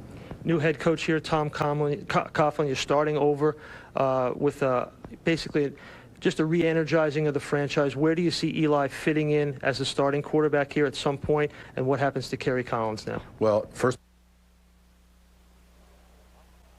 Well, yeah. We'll try and get him live next time. Maybe that'll be the way to go. But Ernie's certainly very busy and was gracious to come out. So, Detroit is on the clock, but we understand there's a trade with the team right below them, the Cleveland Browns. We can explain that to you in a moment. We're pretty much sure why. But right now, how about Sean Taylor? Huh? He's as high a safety as you've graded the last 15 years? In the end, Chris, yes, he was. And I think in the end, I think it's about that lineage at Miami. You go back to Benny Blades, Darrell Williams, and Ed Reed, and the level he took that position to at Miami. And the fact of the matter is, at 6'2", 227 pounds, can run like a corner, and he's that tough physical safety, everybody compared to Ronnie Lott. And I think you look at this division, what Joe Gibbs and the Redskins have to deal with in Jeremy Shockey. It's expressed to me that, hey, we have a guy in Sean Taylor now for the Redskins that can match up against Jeremy Shockey and negate all the skills that he brings to the table. So this is a guy who has multi-dimensional talent. And I've said it before when we're discussing the Elite Six players, the passion for the game of a Ray Lewis. And Ray Lewis single-handedly elevated that Raven football team, not just the defense. I think the Redskins hope that he will make everybody around him better. That's a sign of a truly great player. And because of that, a safety, normally not this high, that's a special quality that I believe allowed Sean Taylor to go up. And the fact he had 10 INTs and 13 pass breakups. This guy is a ball hawk in that secondary. When he comes through with the interception, a former running back in high school, he can do some damage. He can get you great field position or take it all the way for the touchdown. This kid is thinking big play all the time. He's a little sloppy tackling this past year. Shoulder injury. Quincy Wilson, West Virginia, did a good job breaking tackles. That's not the normal Sean Taylor. When he's at 100%, he's healthy. He is a complete player, and he is going to add to a defense that already has Cornelius Griffin, Marcus Washington linebacker, and Sean Springs cornerback coming in through free agency. And just for Michael, he's from the U. He's from the University of Miami, one of what could be a record-breaking 6 first-round selections we could have. We told you Detroit and Cleveland were cooking something. Here it is. Can you smell what the Lions and Browns have been cooking? With the 6th pick in the 2004 NFL Draft acquired from the Detroit Lions, the Cleveland Browns select Kellen Winslow, tight end, University of Miami. Well, we'll get the details on the trade in a minute. I will tell you one thing, Mort, that Detroit had a dead heat, and you could be happy with all of them. Sean Taylor, Kellen Winslow, Roy Williams. If that's true, you go down one spot, you pick up something, and you get a similar player. Well, no, as we know, Cleveland was talking to the Giants about getting up to get Kellen Winslow. And as you mentioned, Roy Williams, actually for Matt Millen, had a higher grade last year than Charles Rogers had he come out. And, of course, the Lions took Charles Rogers. One other note here, though, if Detroit uses this pick, obviously it'll be Roy Williams. And there's no question that the Jacksonville Jaguars are trying to get up to this spot again to try and take Roy Williams. All right, let's give Kellen Winslow II his due. His father was one of the all-time greats, not only at tight end. Hey, he's in the Pro Football Hall of Fame. They've been playing professional football since 1920. There's about 200 guys in there. He's one of them. So again, you talk about a pedigree like a Manning. Right? He fits in that same mold. You know you got a great football player with Kellen Winslow, the second. I was surprised Washington didn't take him because I could dream of looking at Vernius Coles at wide receiver with Kellen at tight end and the running back, Clinton Portis. A lot of guys right there. But in Cleveland, of course, Butch Johnson. Butch, he knows a lot about him, the head coach for the Cleveland Browns. He knows a lot about this guy. This guy, you see his father right there, he can play football. Yeah, look, Kellen, hey, you know what? And Mel would talk about him. Just a tight end holding up a #1 jersey with Cleveland Browns. Not only you think Kellen Winslow, who was his dad, Ozzie. Oz comes. You think of Ozzie, no question about it. And then I think when you look at Kellen Winslow Jr., a Miami Hurricane, as Michael Irvin said, and Butch Davis passed on Clinton Portis a few years ago to take William Green, paid the price for that. He wanted a Hurricane. The only way he was going to get one was to move up. And I think when you look at this team in this position, they had nothing of quality coming back. 4 tight ends, none of which are starter material. Garcia, the new quarterback, Jeff Garcia, is going to go to the tight end. And you look at Kellen Winslow Jr., an underrated blocker. He can at least, I think, do an adequate job in that area, but he has that approach of, I'm a dominator, I'm a presence. People say, well, it's an arrogance. Well, hey, that's what I want great players to have. They want the football. He was not fed the ball as much this past year as he really should have. Only had 1 touchdown reception. That came in the first game. I think the quarterback situation, going from Ken Dorsey to Brock Berlin, hurt Winslow, but when you saw the spectacular catches and the ability there, look at that athleticism. Remarkable. This kid is much more than a tight end. You watch him game after game when he had a quarterback who looked his way, and here, Berlin, and this was a 4th down play that saved the day. This is a catch, a clutch catch that Kellen Winslow Jr. makes time and time again. Looks a little careless with the football in the open field at times. Kind of becomes a running back. Gets that ball outside. You can strip it some. He's got to work on that with the Cleveland Browns, but they get a Hurricane, and they don't pay the price like they did a few years ago when they passed on Portis over William Green. Did Butch recruit him? Let's not forget that Butch Davis knows this group of Miami players better than any coach because he recruited Winslow and, of course, this entire class. And what Cleveland needs, they need a guy that just loves to play the football game. They deserve that. Get that new dog pound going. Hey, look, and Jeff Garcia, all right, let me get to him for a minute. People, you're not that good. Wait a minute. It's cold. He didn't have a strong... I mean, he played and won a Grey Cup in Calgary. He played in San Francisco. I don't see those things happening necessarily with the 49ers in the next year. Just what I'm saying is, for a quarterback like Garcia, who admittedly is not, Randall Cunningham, 80-yard rainbows, what a perfect idea to have a tight end like Kellen Winslow. Well, we've heard Steve. We have heard Steve Young even say. I want to put this one right. We've heard Steve Young say he would prefer a Pro Bowl tight end over a Pro Bowl receiver. But Steve was lying because he had Jerry Rice. He was just joking. But he had Jerry Rice. says that. Peyton Manning will tell you how valuable a great tight end is. Of course, Troy Aikman will tell you how valuable a great tight end is, like he had with Jay Novacek. For most quarterbacks, when all else fails, I got a guy at the tight end position that I can just toss the ball to, and he's always in my view. So the tight end position is very important. And Michael, it's a tight end if you can get the ball to him. If you're not running around and trying to scramble for your life. That offensive line in Cleveland is still a problem. They had an interest in Robert Gallery. They were not going to be able to move up that high. Left tackle, that offensive line in general has got to allow Garcia to have the ability to do damage in the passing game to Winslow and company. This is a good move by Cleveland, all right? The Cleveland Browns are under the microscope a little bit. A lot of changes up the top with the President Carmen policy only being a consultant after May 1. Butch Davis in control with the son of the old order, Al Lerner, Randy Lerner. There's some questions about Cleveland, but today, they certainly look like they did a good job. Hey, all right.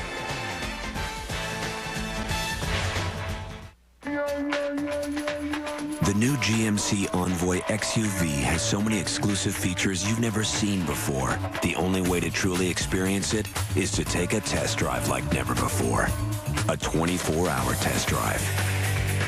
Schedule a 24-hour test drive only at your participating GMC dealer and see why the new Envoy XUV is the sport utility with more utility. Professional-grade engineering. It's not more than you need, just more than you're used to.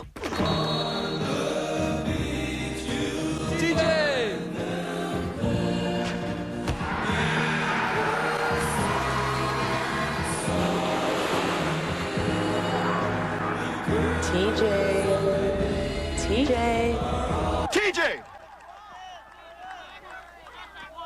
What's your blind side, rookie? Unleash the Rocky Mountain cold taste of Coors Light. and wipe that smile off your face. It has Bluetooth wireless technology. I'm in. Great. It has a high-resolution integrated camera. It is the latest in wireless technology. The Motorola V600. Once you see it, you have to have it. The Motorola V600.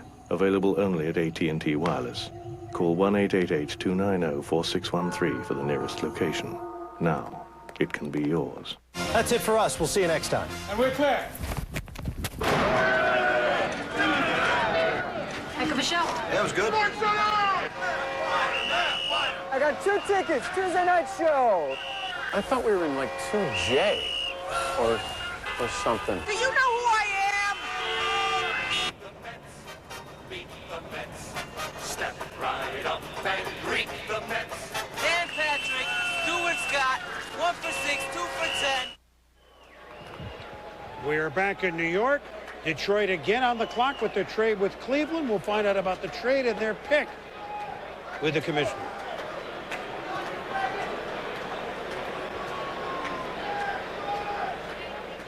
With the 7th pick in the 2004 NFL Draft, the Detroit Lions select Roy Williams, wide receiver, University of Texas. Well, and you got to like the outfit of Roy Williams, Mike. He obviously knew you were here. I love the outfit, and it's fitting because, like you said, they liked Roy Williams last year, so they finally get some this year. They get him, and they put him with Charles Rogers. Woo! And for a young quarterback in Joey Harrington, who has to step up and play this good, play well this year. All right, listen. Let's talk about Roy for a minute, because many thought equal or higher than Fitzgerald. Last year, Detroit, with the 2nd overall pick, took Charles Rogers, who was hurt. They're certainly giving Joey Harrington a heck of a chance to throw to people in his 3rd year as a starter. No question. As Mort pointed out, the fact that Rivers jumped up, he was not one of that elite group that was #1 on teams' boards. Roy Williams was, and they get him at 7 for the Detroit Lions. Put him opposite a big receiver like Charles Rogers. Now you get Roy at 6'2½", 212. You're keeping in mind this kid was a high jump standout. He was an excellent overall player at Texas, considering the fact that his numbers would have been better had it not been that conservative offense, and the fact that the quarterbacking this past year was below average when you talk about passing skills, not the accuracy you're looking for, but a spectacular talent. As a sophomore at Texas, I did a top 30 for ESPN.com. Top 30 college players, any position, any year. I think I surprised a lot of people. I had Roy Williams as a sophomore #1. Took a lot of flack for it, but I think when you look at Roy Williams, even as a sophomore, he was that good. He didn't necessarily take it to the level expected because of the offense and because of the quarterbacking this past year. If he was in more of a pro-style attack with a big-time quarterback, his numbers would have been off the charts. Let me speak quickly to Matt Millen, who's been vilified as a general manager. His drafts have actually been better than you realize, but when he took over the Lions, he was so disappointed with the speed of this team. That has been his #1 goal, increase the speed on both sides of the football. Charles Rogers last year, a sub-4 340 guy. Well, Charles Rogers of Michigan State. Now here comes Roy Williams. I think Matt Millen is doing exactly what he set out to accomplish. And it's fine to have Roy Williams. I think he's equal to the #1 player. Obviously, they may have had him #1, but keep in mind, this team has to run the football for Joey Harrington. They'll get a running back. They need a running back. They have to obviously target that spot in the second round. Let Mike make his comment. I'm going to tell you where they're going to get. But look at Roy. You got another speed guy. I still need the guy that will move the chain. I need the guy that gets me 7, 8, 10 yards, go across the middle of the football field and make the big play. They got the 3rd level taken care of on both sides of the ball. I like Roy. My only cautions against Roy was, why did he take so long to come out? There's so many challenges, so much competition waiting on you in the NFL. Look, you're not going to guy for staying in school? Yes, I am. Well, I do. Hey, it's great he stayed in school, but I say go to the NFL because this is what he does. Michael, I love it. Mike, he didn't have a Michael Irvin mentality as a junior. I think he was too humble. I think he laid back a little bit. I think the attitude, when I talked to him a couple weeks ago with Andy Pollin on our radio show, he told me that, hey,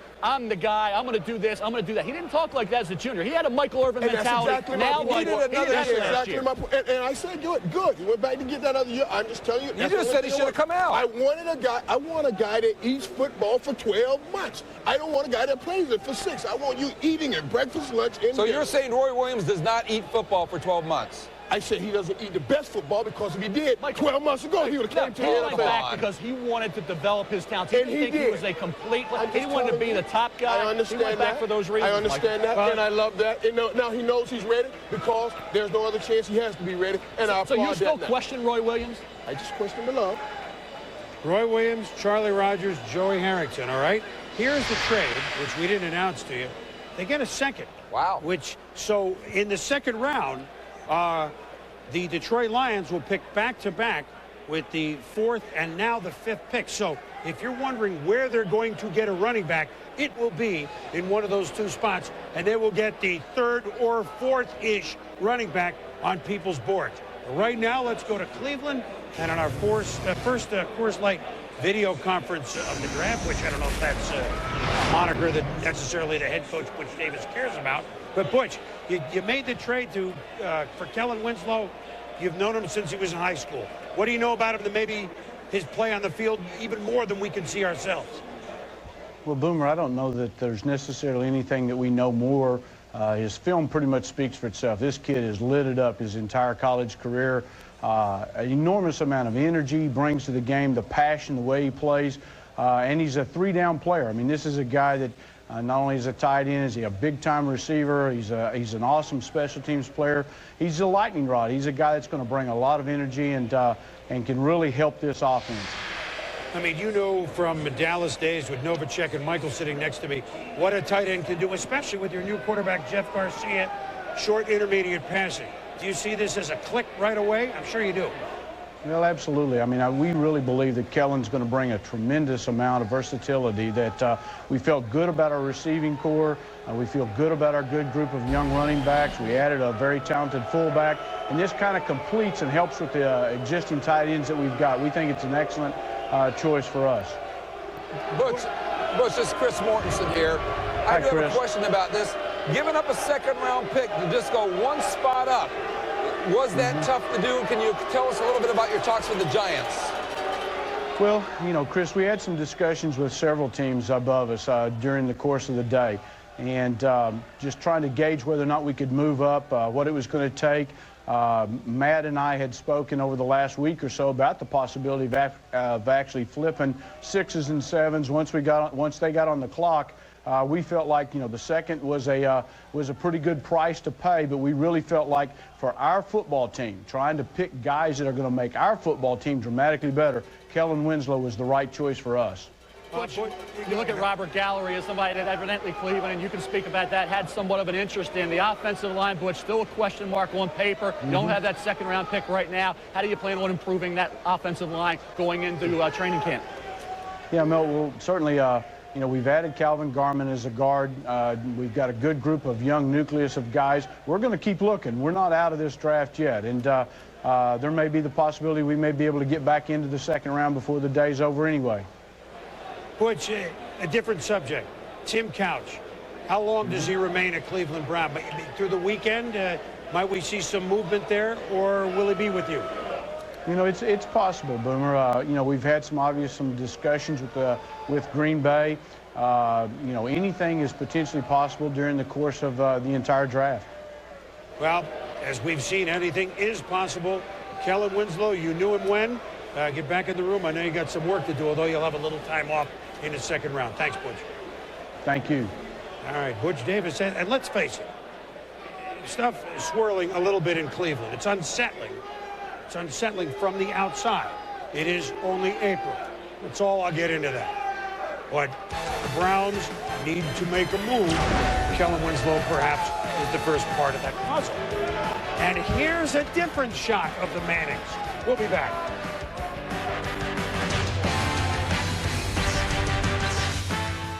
Falcons with their first pick from coach Jim Mora Jr. They're the 8th selection. Here's the nod.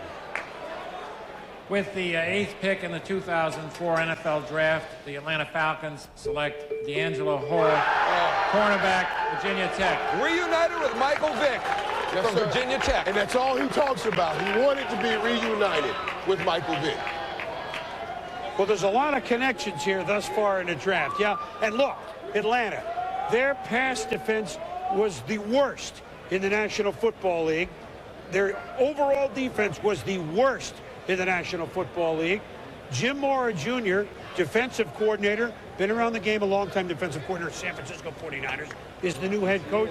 Is there any shot that this is the type of guy they got to go with? I think when you look at it, there's no question D'Angelo Hall, Chris. He says he's a shutdown corner. I think that term was overused and I think exaggerated a lot about cornerbacks in the NFL. This kid says he is. Darrell Green had world-class speed coming out of Texas A&I as the last pick in the first round of the '83 draft. D'Angelo Hall, world-class speed. He's been timed, he claims, 4.15 to 4.2. A kid who's tremendously confident. You will not find a more confident cornerback. Here's Larry Fitzgerald. Here's D'Angelo Hall. Obviously, Rod Rutherford, the quarterback, made it easy for Hall in that particular play. Here again, you see the ability here to make a tackle in the open field. Chiseled. You say, well, he's 5'10". He's 200 pounds. He's got great strength, and he runs that 4.15 to 4.2.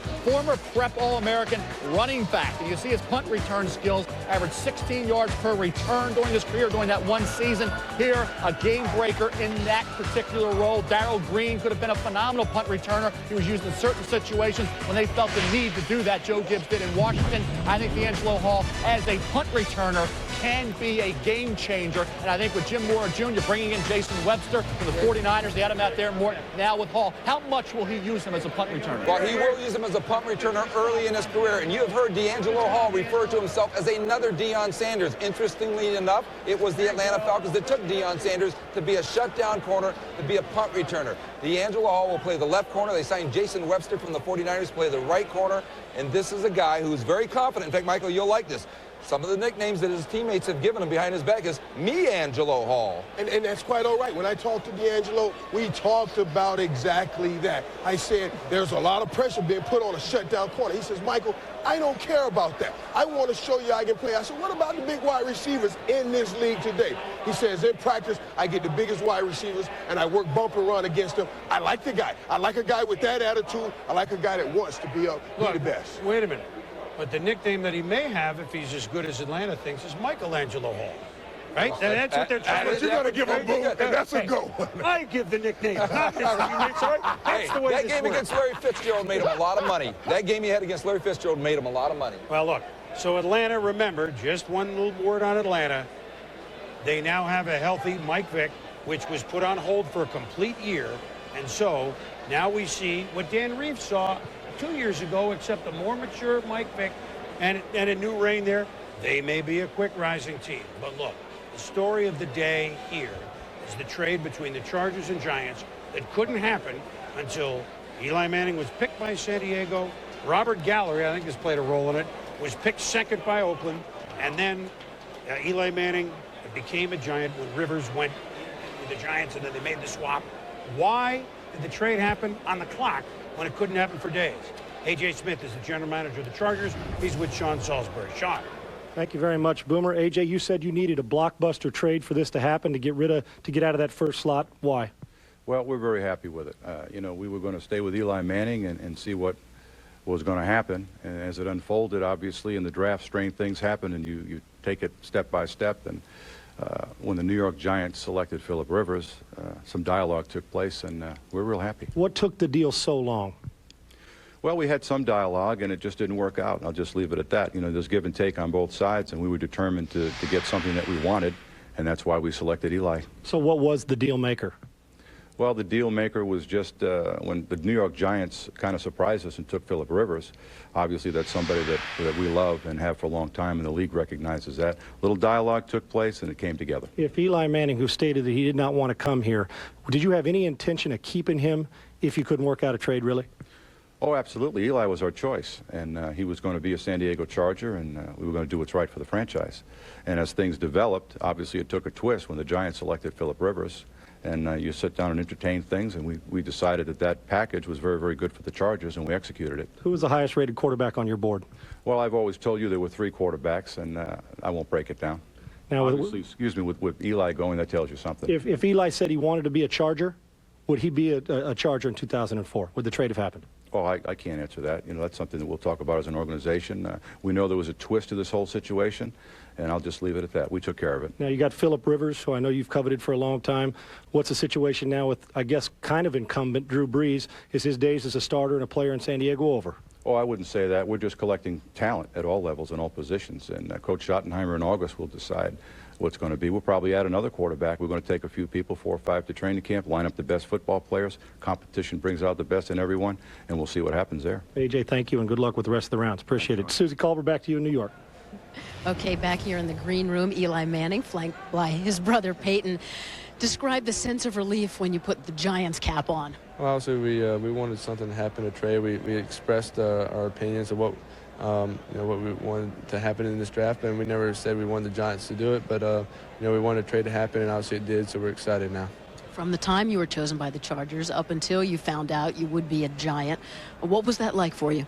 It was mixed emotions. Obviously, I was excited to be drafted the first pick in the draft. It's a great honor. Something I've worked hard to get to that point. But obviously, we didn't want that situation to occur exactly. So you had to go through a lot of press, a lot of questions, and hopefully the questions get easier now. Peyton, you didn't have to go through drama like this. What were you feeling for Eli? Well, it's an exciting time, no question about it. For Eli to be the first pick of the draft after all the pressure he's faced in college with the comparisons to myself and my dad, and to him to get to this point. And I just kept believing something good was going to happen. And like I said, still didn't know what team was going to end up taking and where he was going to end up being traded to if it was going to happen. But now that the Giants have drafted him, he's going to be playing here. I'm just real proud of him and real excited for him. It's a tough way to go through the day. What have you advised him throughout this process? Well, this was his decision, and just to stay strong and believe it. And it's kind of like when I decided to stay in college for my senior year, and Eli did the same thing.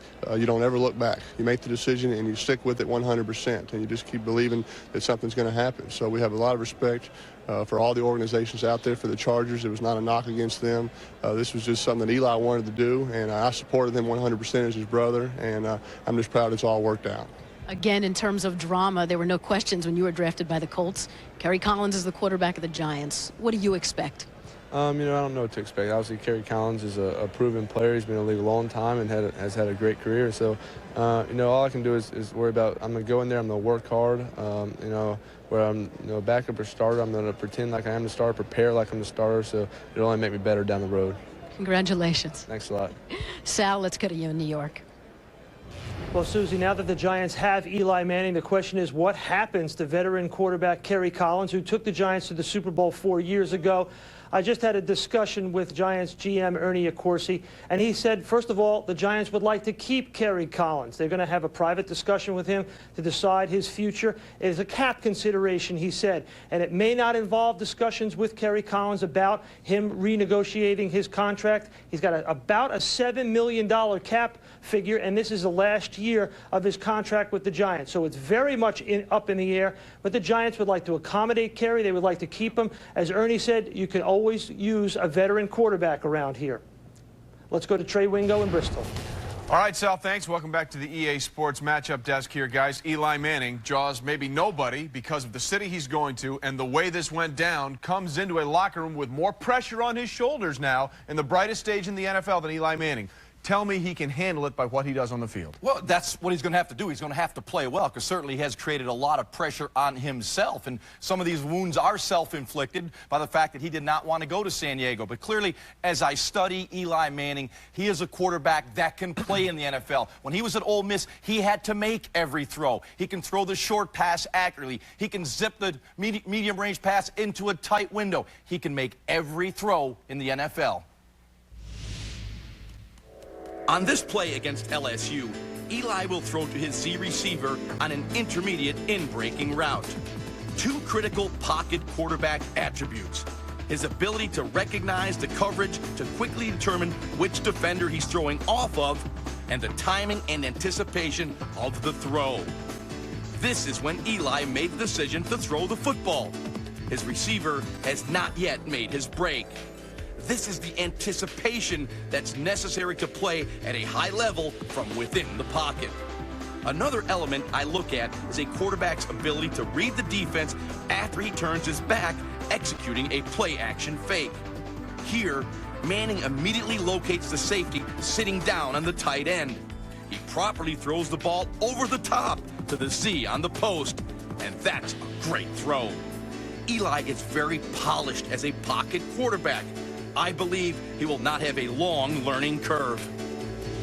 Last year at Ole Miss, Eli His completion percentage was very, very high. Also, his yards per completion was over 13 yards per completion. That means he can get the football down the field. And I also like the fact that Tom Coughlin, the new head coach, now has his quarterback. Whenever you have a new head coach come in, he always likes to have his guy. The guy is going to be Eli Manning. But regardless of what play we're talking about, there's always going to be some flaws. If we're trying to take him from college and put him to the National Football League, as I studied Eli Manning, the one area or the one flaw, which I think is going to be very huge when you get to the National Football League, is how does he perform when defensive pressure is around him, when people make him move his feet. He is a above-average quarterback in that circumstance. In the National Football League, you will constantly have pressure on you. He didn't perform very well in college under those circumstances. Going to the National Football League will be very difficult. I think he will struggle in that area. Well, he's going to have to step up. And one person that stepped up, Boomer, on draft day was A.J. Smith. Vilified this week, perhaps, by the way he handled this thing. He comes out smelling like a rose. A first, a third, and a fifth. A.J. Smith swung the hammer well, Boom.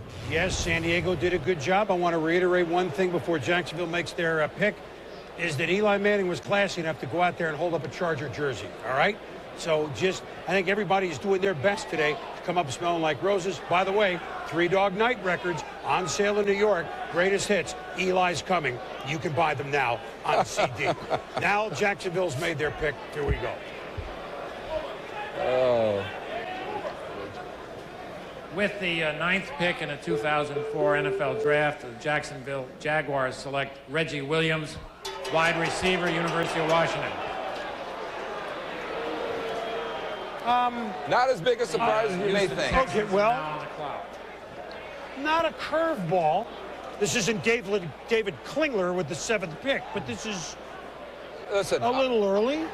All I can tell you is, as the draft is near, now I don't spend a year on the draft like Mel does, but as I spoke to teams, there were teams when Southern Cal's Mike Williams was supposed to be in this draft who had rated Reggie Williams, this guy right here, the University of Washington, ahead of Mike Williams. He's a tall, big guy who can run after the catch, and Mel can tell you more about him.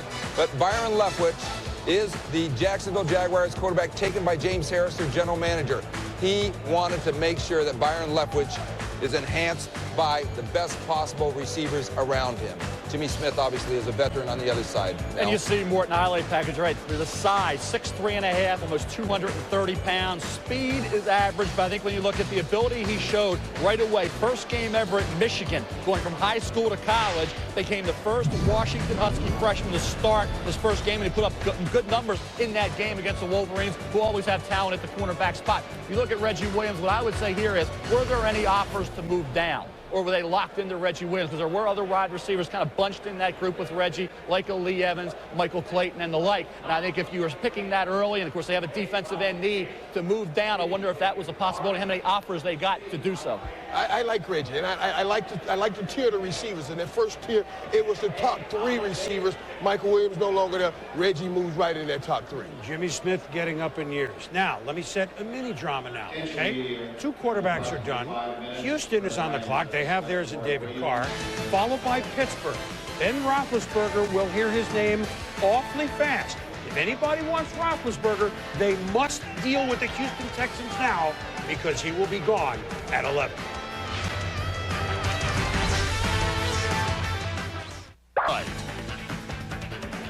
All right, welcome back to New York. Houston on the clock, then Pittsburgh. And look, the Houston Texans, I mean, his second-year team, did they play enough exciting games at home? Oh, yeah. I mean, did they almost beat New England, who won the Super Bowl? They almost beat the Titans. They made the Colts sweat to win the division with a huge, long field goal by Vanderjagt at the end. They beat Carolina, by the win the Super Bowl. They beat Miami. Dom Capers gambled on 4th down better than anybody I've seen.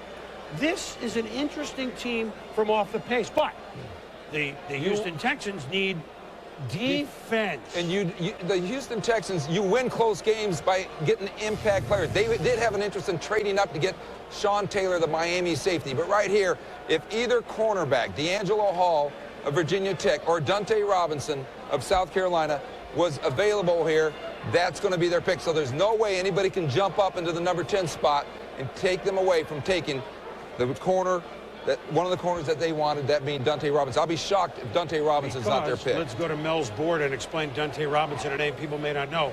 There are two corners, D'Angelo Hall and Dante Robinson, rated way ahead, and Mel will attest it in a minute, way ahead of the others. And so this is one of those slots that's what you want. The Houston pick. With the 10th pick in the 2004 NFL Draft, the Houston Texans select Dante Robinson, cornerback, South Carolina. There are two teams happy right now, I think. Pittsburgh we'll get to. Houston we got. Mel, Dante Robinson. You have him, where do you have him rated with Hall? Yes, and I think when you look at the two, and you're right, Chris, I think you look at D'Angelo Hall, Dante Robinson, Chris Gamble, Ohio State, he figures to be a mid to late first rounder, mixed opinion. Will Poole, USC, has probably dropped into the third round area. Matt Ware, cornerback safety, debate there, but look at Dante Robinson, no debate about this kid's cover skills or his toughness. See the size, 5'10", 186. Strong kid with 4.34 speed. And here's a guy that when you look at it, he had 4 INTs back early in his career, was team captain this past season, broke up 12 passes in that Gamecock secondary. You see him there, the ability he has in man coverage, the instincts to locate the ball and make the play in coverage. A kid who was a consistent, reliable corner. Now, what I liked about him was his toughness. You talk about run support corner. He's at or near the top in any year over the last 5 or 6 seasons in terms of his tackling ability and his toughness at 5'10 and a half, 186. And you talk about level of competition for Eli Manning. You see him there, a vicious tackle on what was set up to be a wide receiver screen by Tennessee. You see him here, the ability to close and make the play. That's Fred Gibson, who goes about 6'4", 200 pounds against the 5'10 and a half Dante Robinson. This kid in my top 25 senior board all year and elevated, I think, once he ran that 4.34 Mort at the combine workout. Mel, and in a draft that is full of wide receivers, in a league that is full of talented wide receivers, you must have people to cover them. And that's why you've seen D'Angelo Hall and Dante Robinson go in the top 10. And it's an otherwise shallow cornerback draft, but guys like Ahmad Carroll of Arkansas and Chris Gamble of Ohio State, other corners in this draft, now become first-round type talents when previously nobody thought they would be, because these guys are gone. The things that separate the two corners that you're talking about, D'Angelo Hall and Dante Robinson, these guys not only knock down passes, they can intercept them and take them the other way. I can deal with the quarterbacks that knock them down, but the guys that intercept it and take it the other way, those are the dangerous guys. This is why these two are ahead of everybody else. And plays, as you guys mentioned, bigger and stronger than his measurements. All right, now, the Pittsburgh Steelers are on the clock, all right? They have Tommy Maddox coming off an off year, which the year before he was coming off a great year. But obviously Tommy Maddox is not there forever. The Steelers don't usually draft at this point. A 6-10 season in the Bill Cowher era is not very often. So they, as Roethlisberger, might be in a position different than we'll see about Eli Manning. We think we know with Rivers to start pretty quick. Roethlisberger could sit, learn behind a Maddox, but maybe it's going to Pittsburgh. Remember, he's an Ohio young man. It wouldn't be a far commute, Susie Culver. Well, and Chris, as you say that, the phone rings right here, and Ben's agent Lee Steinberg is on the phone, and it happens to be the Steelers.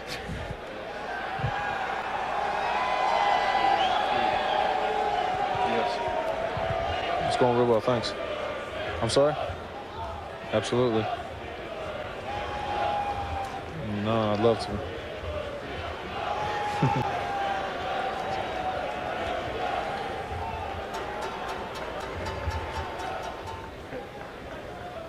Okay. Okay. Hey, Coach. Absolutely.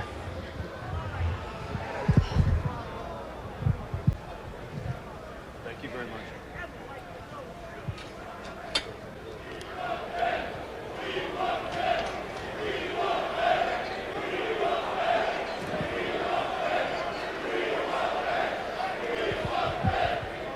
Well, guys, Ben Roethlisberger has never had it easy. In fact, in high school, his high school coach's son was the quarterback, and he had to wait to play to his senior year. So Ben Roethlisberger is used to waiting.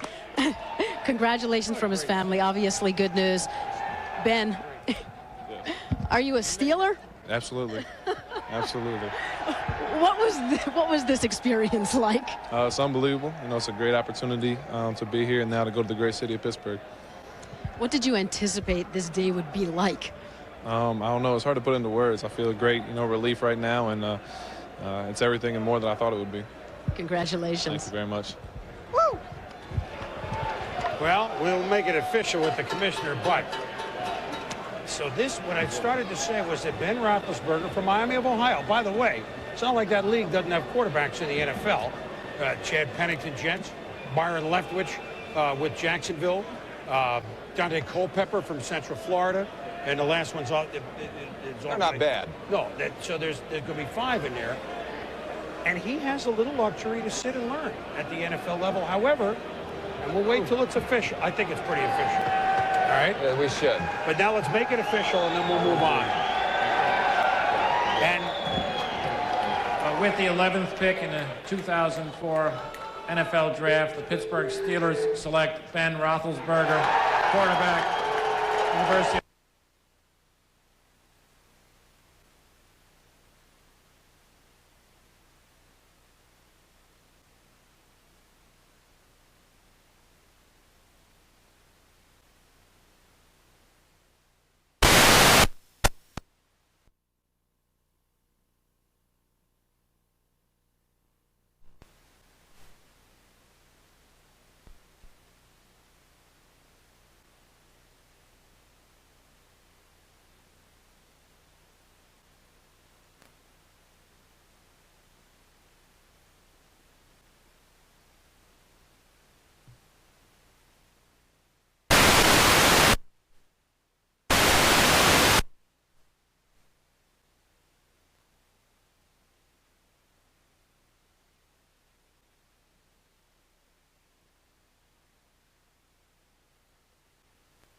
Ohio red shirts, then starts lighting it up. You talk about competition, even as a freshman against Cincinnati, 20 of 25, against Hawaii, threw for almost 500 yards. And you look at the ability he has, 6'5", 240, outstanding arm, release is a little slower than some of the other quarterbacks, but he can whip it in there. And I think when you look at Ben Roethlisberger, also a very mobile quarterback for his side. He is not a sitting duck in the pocket. He can move around. He can utilize his legs to allow him to bide some time and make some plays. And that arm strength is outstanding. I think when you look at Ben, athletic ability, 300 hitter as a shortstop senior in high school, averaged 26 points per game on the hardwood in basketball. And a guy that I think comes out as a junior but has a lot of experience. And I think when you look at Ben, the adjustment's going to be, as far as in the Mid-American Conference in Miami of Ohio, he had receivers wide open. He didn't always have to stick it in there. And I think when he gets into the NFL, it's going to be that adjustment period that hopefully in Pittsburgh more he'll have time to transition effectively and not be force-fed like some of these other quarterbacks. You saw that shot of him speaking in the locker room passionately. This coach I told you about, who thinks he's the best prospect since John Elway, also told me he has got the passion of Peyton Manning, but with more physical ability.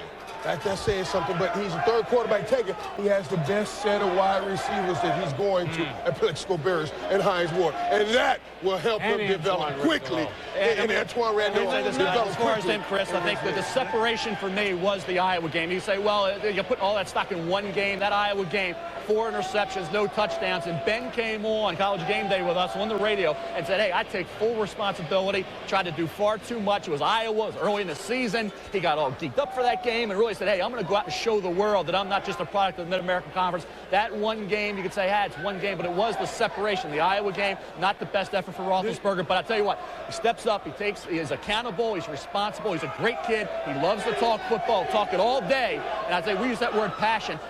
Find me a bust of these 3. If we come back 2-3 years from now, you can play this back right in my face if you want. I will say that Roethlisberger, Rivers, and Manning, none of the 3 will be busts. And I will say this right now, and I had Manning number 1. Manning right now is in the toughest spot because the expectation level is up here, and he's in New York. Giant fans and the pressure, I'll tell you what, he's the one I would worry about the most. All right, let me wrap up something with Pittsburgh. Whole new offensive staff. Remember, their offensive staff went to Buffalo. Mike Mularkey, who was the offensive coordinator. Tom Clement, who's now Buffalo's offensive coordinator in Mularkey. Wizen Hunt is the new offensive coordinator. And Mark Whipple, a great teacher of quarterbacks, is the new quarterback coach in Pittsburgh. He's just come off the college campus as a head coach of Massachusetts. What a perfect time to have a college coach coaching a guy coming out of college. 2 other notes. First quarterback in the first round, picked by the Steelers since Mark Malone. And the longest name ever in the first round. 14 letters. Longer than Jim Druckenmiller and Blake Brockemeyer.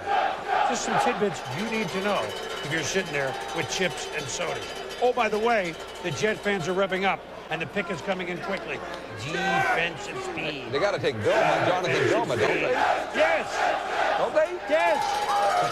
Unless they like the other linebacker better. I think Fred Flintstone's about to be teed up. With the 12th pick in the 2004 NFL Draft, the New York Jets select Jonathan Vilma, linebacker, University of Miami. Too many Hurricanes going too early. Too many Hurricanes in this draft. They are can't-miss players. Look, the Jets have had at linebacker some players who have been really outstanding for a long time. Mo Lewis, Marvin Jones, gone. Sam Coward, not with. This is prime need. Speed, linebacker, and as Fred Flintstone would say, Vilma! How is he, Mel? Chris, I tell you what, he's the most instinctive linebacker to come out in years, and I think the debate is, and Jets going to say, why not trade down and get Vilma Wells? 17's Denver, 18's New Orleans, 19's Minnesota, and 21's New England. All could look at linebackers, one of their top 2 need areas. Jonathan Vilma, you talk about tackles, 133 as a junior, 127 this past season. But this past season, he was more of a force in the backfield. 12 stops behind the line of scrimmage. He sifts through traffic. Having Vince Wilfork and company up front certainly helped him. But here's a guy that has to be protected by the defensive lineman. Dwayne Robertson is a key guy. Needs to come through big time for the New York Jets. You look at 6'1", 225 to 230. Not real big, but I tell you what, if those defensive linemen do their job and he can float to the football, he's fast. I questioned Victor Hobson last year, didn't have a lot of speed. He'll start. Now you get speed with Jonathan Vilma, something the Jets desperately need at the linebacker position. Yeah, they couldn't make the plays last year, right? They could not make the plays. Could not get to the football. This kid gets to the football, and as I said, we talked about Dwayne Robertson. The Jets were bold last year. They traded up for Robertson, a little slow coming around. He needs to have a breakout year and create a disturbance and wreak havoc inside to allow Jonathan Vilma and the rest of those linebackers to do their job. But I'll tell you what, Vilma, you look at a guy that was on the rise because a lot of teams, even this morning, were saying, hey, some teams, like I say, 17 to 21 in that area, we're going to look at this kid. Well, as the Jets have picked their AFC East rivals, the Buffalo Bills are up next with pick number 13. Bill Cowher will be on the phone with us, or the video conferencing phone. The quest. Pick a winner who passes the test. The nerve-wracking waiting separation of elite peers. You're checking the start of careers right here. Yeah.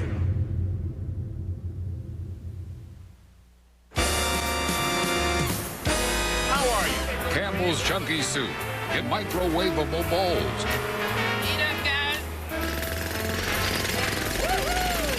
With big chunks of meat and veggies to fill you up right.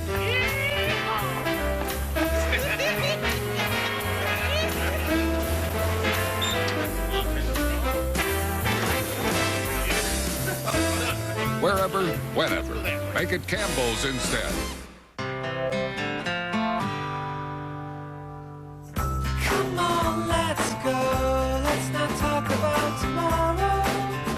Today, you know who I am, and I love what you wear. Those guilty garments kill my sorrow. When you put people first, you make sure help is never far away. Saturn is now available with OnStar. Saturn. People first.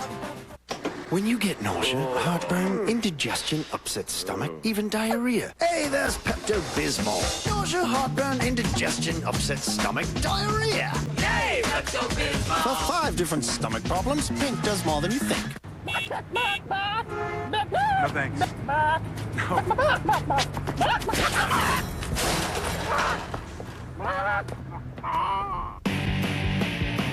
Dockers Pro Style. Shirts and pants that do it all. Better 1 or 2? 2. Better 1 or 2? 2. 2 girls for every boy.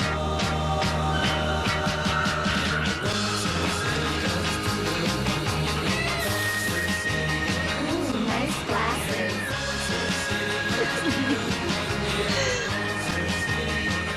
Unleash the Rocky Mountain cold taste of Coors Light. Welcome back to the 2004 NFL Draft, presented by Coors Light. Well, the Buffalo Bills are on the clock. You have to think they may be looking offense, considering last season Drew Bledsoe and company finished 30th in the National Football League when it comes to offense. So far, we have had 3 quarterbacks taken. Eli Manning going #1 overall, but ending up with the New York Giants because of the trade that sends Phillip Rivers down to San Diego. And just moments ago, Pittsburgh Steelers selecting Ben Roethlisberger from Miami of Ohio. Welcome back to the EA Sports NFL matchup set. Trey Wingo here with Merrill Hodge and Ron Jaworski. 3 quarterbacks taken. Which one will play the best right away, Jaws, in your opinion? Which one is in the best fit scenario? No question it is Phillip Rivers going to the San Diego Chargers. And the #1 reason is LaDainian Tomlinson. When you have a back like LT in the backfield, it takes all the pressure off the quarterback. You have a foundation of the offense. The play-action passing game will work. But in San Diego, they must get some wide receivers for Phillip Rivers. And when you look at Rivers, his ability to manage a football game in his career, he had under 2% of his passes intercepted. And if you project his collegiate rating a year ago to the NFL, it's 118 in the NFL rating system. So clearly, Phillip Rivers is ready to step in and play, and probably will play early. The problem is, right now in San Diego, doesn't have a lot to throw to. LaDainian Tomlinson also had 100 catches last year. The running back position, they need to upgrade the wide receiver. Okay, let's bring in the head coach of the Pittsburgh Steelers now, Bill Cowher, who joins us now. And Bill, I guess first question for you, what are you going to do right away with Ben Roethlisberger? Will he start? Will he sit behind Tommy Maddox? Well, you know, you look at it, Trey, I think, first of all, you know, we feel good about Tommy and Charlie, 2 veteran quarterbacks. And, you know, coming into this draft, we had a number of players we thought that would be there, or hopefully would be there at 11. And we felt good that, you know, if Ben were to drop to that, you know, we don't feel like we're going to be here every year. And to be able to get a quality player like that, it'd be too hard to pass up. Hey, Coach, when you look at his skills, obviously John Elway is a comparison when you look at what he can do, but what really stood out to me studying him on tape was his arm strength, how he can throw it to any part of the field. That has to also get you excited about what you'll be able to do with him once you put him as your starter. Well, Merle, I think when you look at his physical attributes, there's no question that he's up there with Phillip and Eli. I think the thing that separates him is his experience. He played 1 year of high school football. He's only played 3 years at college, and you know, I think that's the thing that both Phillip and Eli have been fortunate. You know, Eli having a lot of the quarterbacks in his family. Phillip had his dad who coached him. So I think from an experience standpoint, that's the only thing that's lacking with Ben Roethlisberger. Bill, any concerns at all about the level of play he had in college coming out of the MAC? Well, I mean, you certainly, you know, that's something you take in consideration. But certainly, you look at Chad Pennington and you know, down in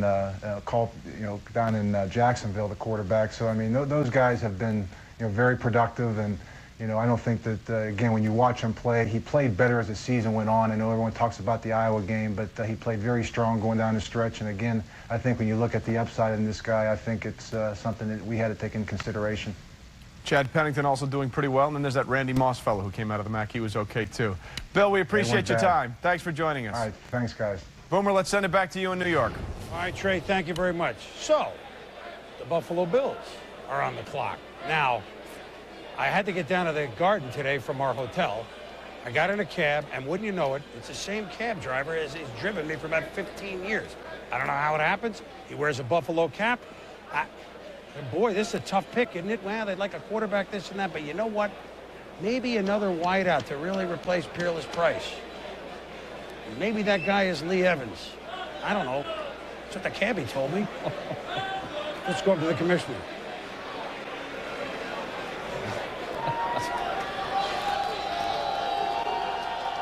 With the 13th pick in the 2004 NFL Draft, the Buffalo Bills select Lee Evans, wide receiver, University of Wisconsin. Hey, there's the Bills draft party at Ralph Wilson Stadium.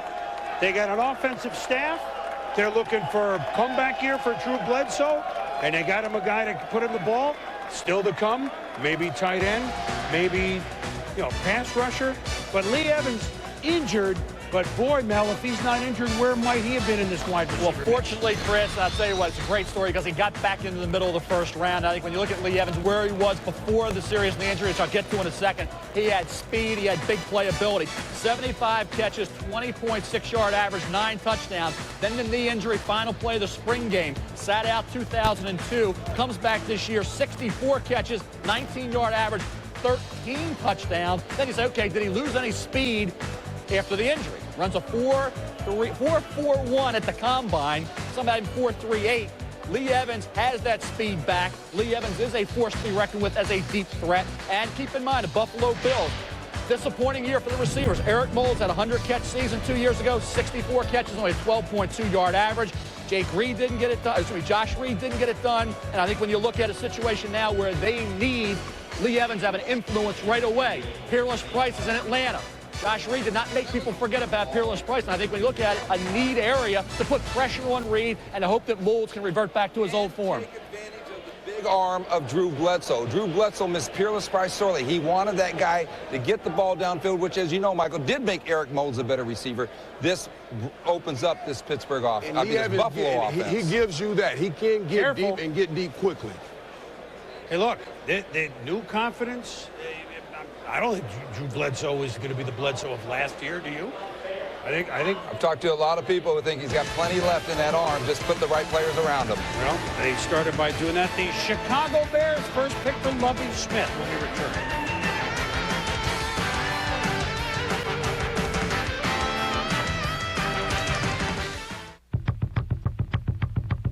In this competition, there's no room to lose. So facing the opposition is what I'ma do. I got 24 seconds to live, and 200% is what I'm gonna give. So I push through the pain and raise my game. A victory is the only thing to gain. So I take it to the hole, drive it up your lane. I do it for the love, do it for the game. Even though I'm playing the game, I ain't playing. The trophy is the reason I came. Let's get it started in here. Let's get it started. There. Miller Lite has 1/2 the carbs of Bud Light, 1/3 less carbs than Coors Light. Miller, time. I'm not done. And Miller Lite has fewer calories than both, while still tasting great. Miller, time's up. Furthermore... Stop speaking, please. No, you stop speaking. How come you won't let America hear the whole story? Whose pocket are you in? That's unacceptable. No, you're unacceptable. This whole thing is a travesty and a sham and a mockery. It's a Travis-sham-mockery. No making up words. Burger-flickle. Choose great taste that's less filling. Miller, good call. Imagine a resource that features a complete month of easy-to-use daily program listings in full color. While we're at it, what about an alphabetical movie index? What about special pay-per-view movie and event offers? Exclusive celebrity interviews and the latest buzz? Introducing the new DirecTV The Guide, the perfect companion to your television experience. Subscribe today for just $2.99 per issue and save 40% off the regular price. DirecTV The Guide, you gotta have it.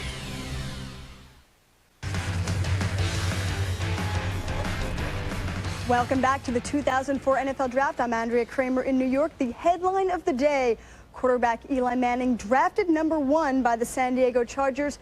Subsequently, his rights were traded to the team he wanted to play for all along, the New York Giants. Now, joining us in the studio, the 2000 NFL Executive of the Year, Randy Mueller. Randy, how unprecedented is it for Eli Manning to have orchestrated the team he wanted to play for? Well, Andrew, we've obviously seen it done before in John Elway's case, but what makes this unique is that now we have a salary cap and a rookie pool to deal with.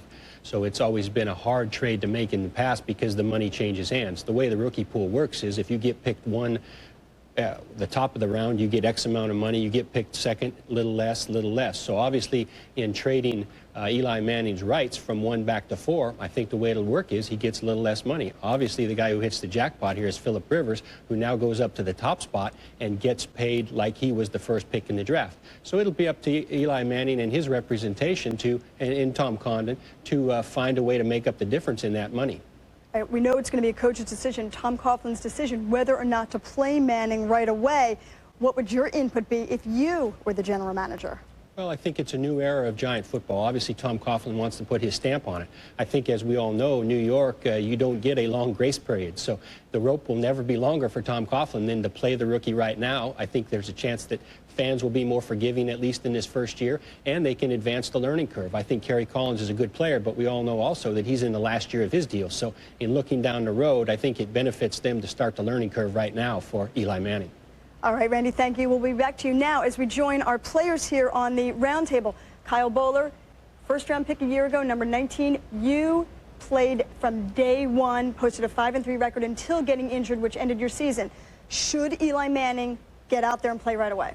Well, I think you have to look at it 2 ways. He's going to get great experience doing it. But at the same time, in my situation, my supporting cast, I had Todd Heap, I had Jamal Lewis, I had Jonathan Ogden. I had all these great players surrounding me, so people would think it was easy. I think he's a great quarterback. It's going to be up to him and to the team to decide what he does. I think success totally dictates, is determined by the supporting cast. Patrick came in 2 years ago. Patrick Ramsey for us, and really did well in his first game. He had to come in the second quarter of the Tennessee game and did real well. Teams started to game plan a little bit more against him rather than at the time we had Stephen Davis. But Stephen wasn't in our game plan. We didn't have Lavernius Coles that year to go to as a receiver. We just needed more of a supporting cast to help Patrick along. He did well, but could have done better if we had more to go with him. Corey Chavis, your Vikings play the Giants this upcoming season. Are you salivating at the prospect of facing a rookie quarterback?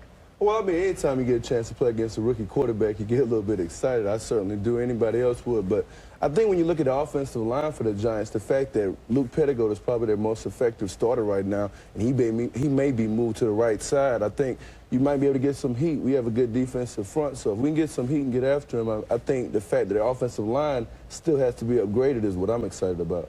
And I have to agree with Corey, because whether or not if you play a young quarterback early in the season or later in the season, when I break the huddle and I turn around and see him walking up behind his offensive line, I see the fear in his eye. He's telling me a lot what's going on in his mind. He's worrying about the snap count. He's worrying about trying to set the front, making sure the line checks off as far as, okay, who's coming down the cornerback, seeing how many people's in the box. So that tells a lot right there. And right then, I'm okay, Takeo, let's go. Let's get in his mind. Let's talk to him a little bit before the play goes, and let's see what happens. He has to beat him. All right, we see what Peyton Manning has to look ahead to. Chris Berman, back to you. All right, Andrea and our crew there, Takeo looking pretty dapper as well.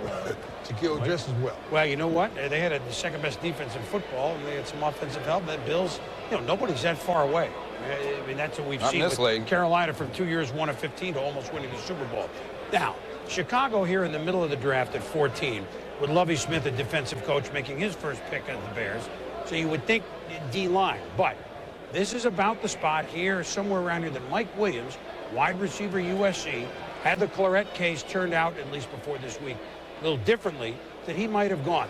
Sal, let's take through the last week, and then where do we go from here with guys like Mike Williams?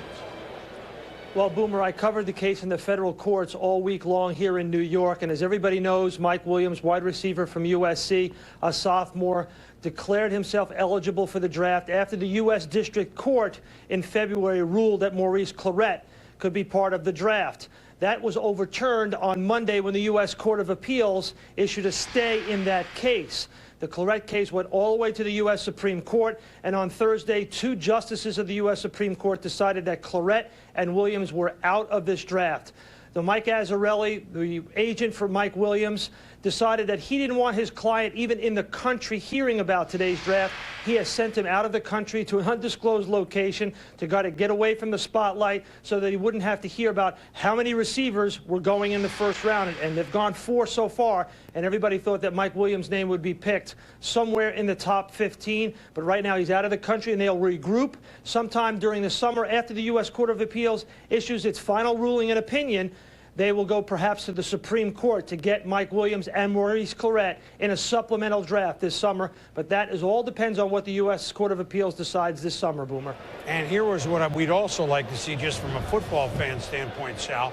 That will go on, and the NFL has had supplemental drafts before. Bernie Kosar was taken in a supplemental draft. That worked. Brian Bosworth. I mean, there's names. Dave Brown, quarterback Giants. So we'll see. But I would like to see the NCAA, if that's overturned, say, you know what, Mike Williams and you other guys, this is a special year. You want to come back and play in the NCAA, that your eligibility is not done. They will do it. Well, let's hope that they do. And I'm sure the NCAA is paying attention to it. But here's from a football and these guys are just young men. Give him that chance, all right? He doesn't know what the Supreme Court's going to rule. I would say give him that chance. That's just looking ahead. When we return, the Bears will have their chance. Then Tampa Bay. And San Francisco, could we see some more receivers coming soon? Up to the new breed, middle of the draft.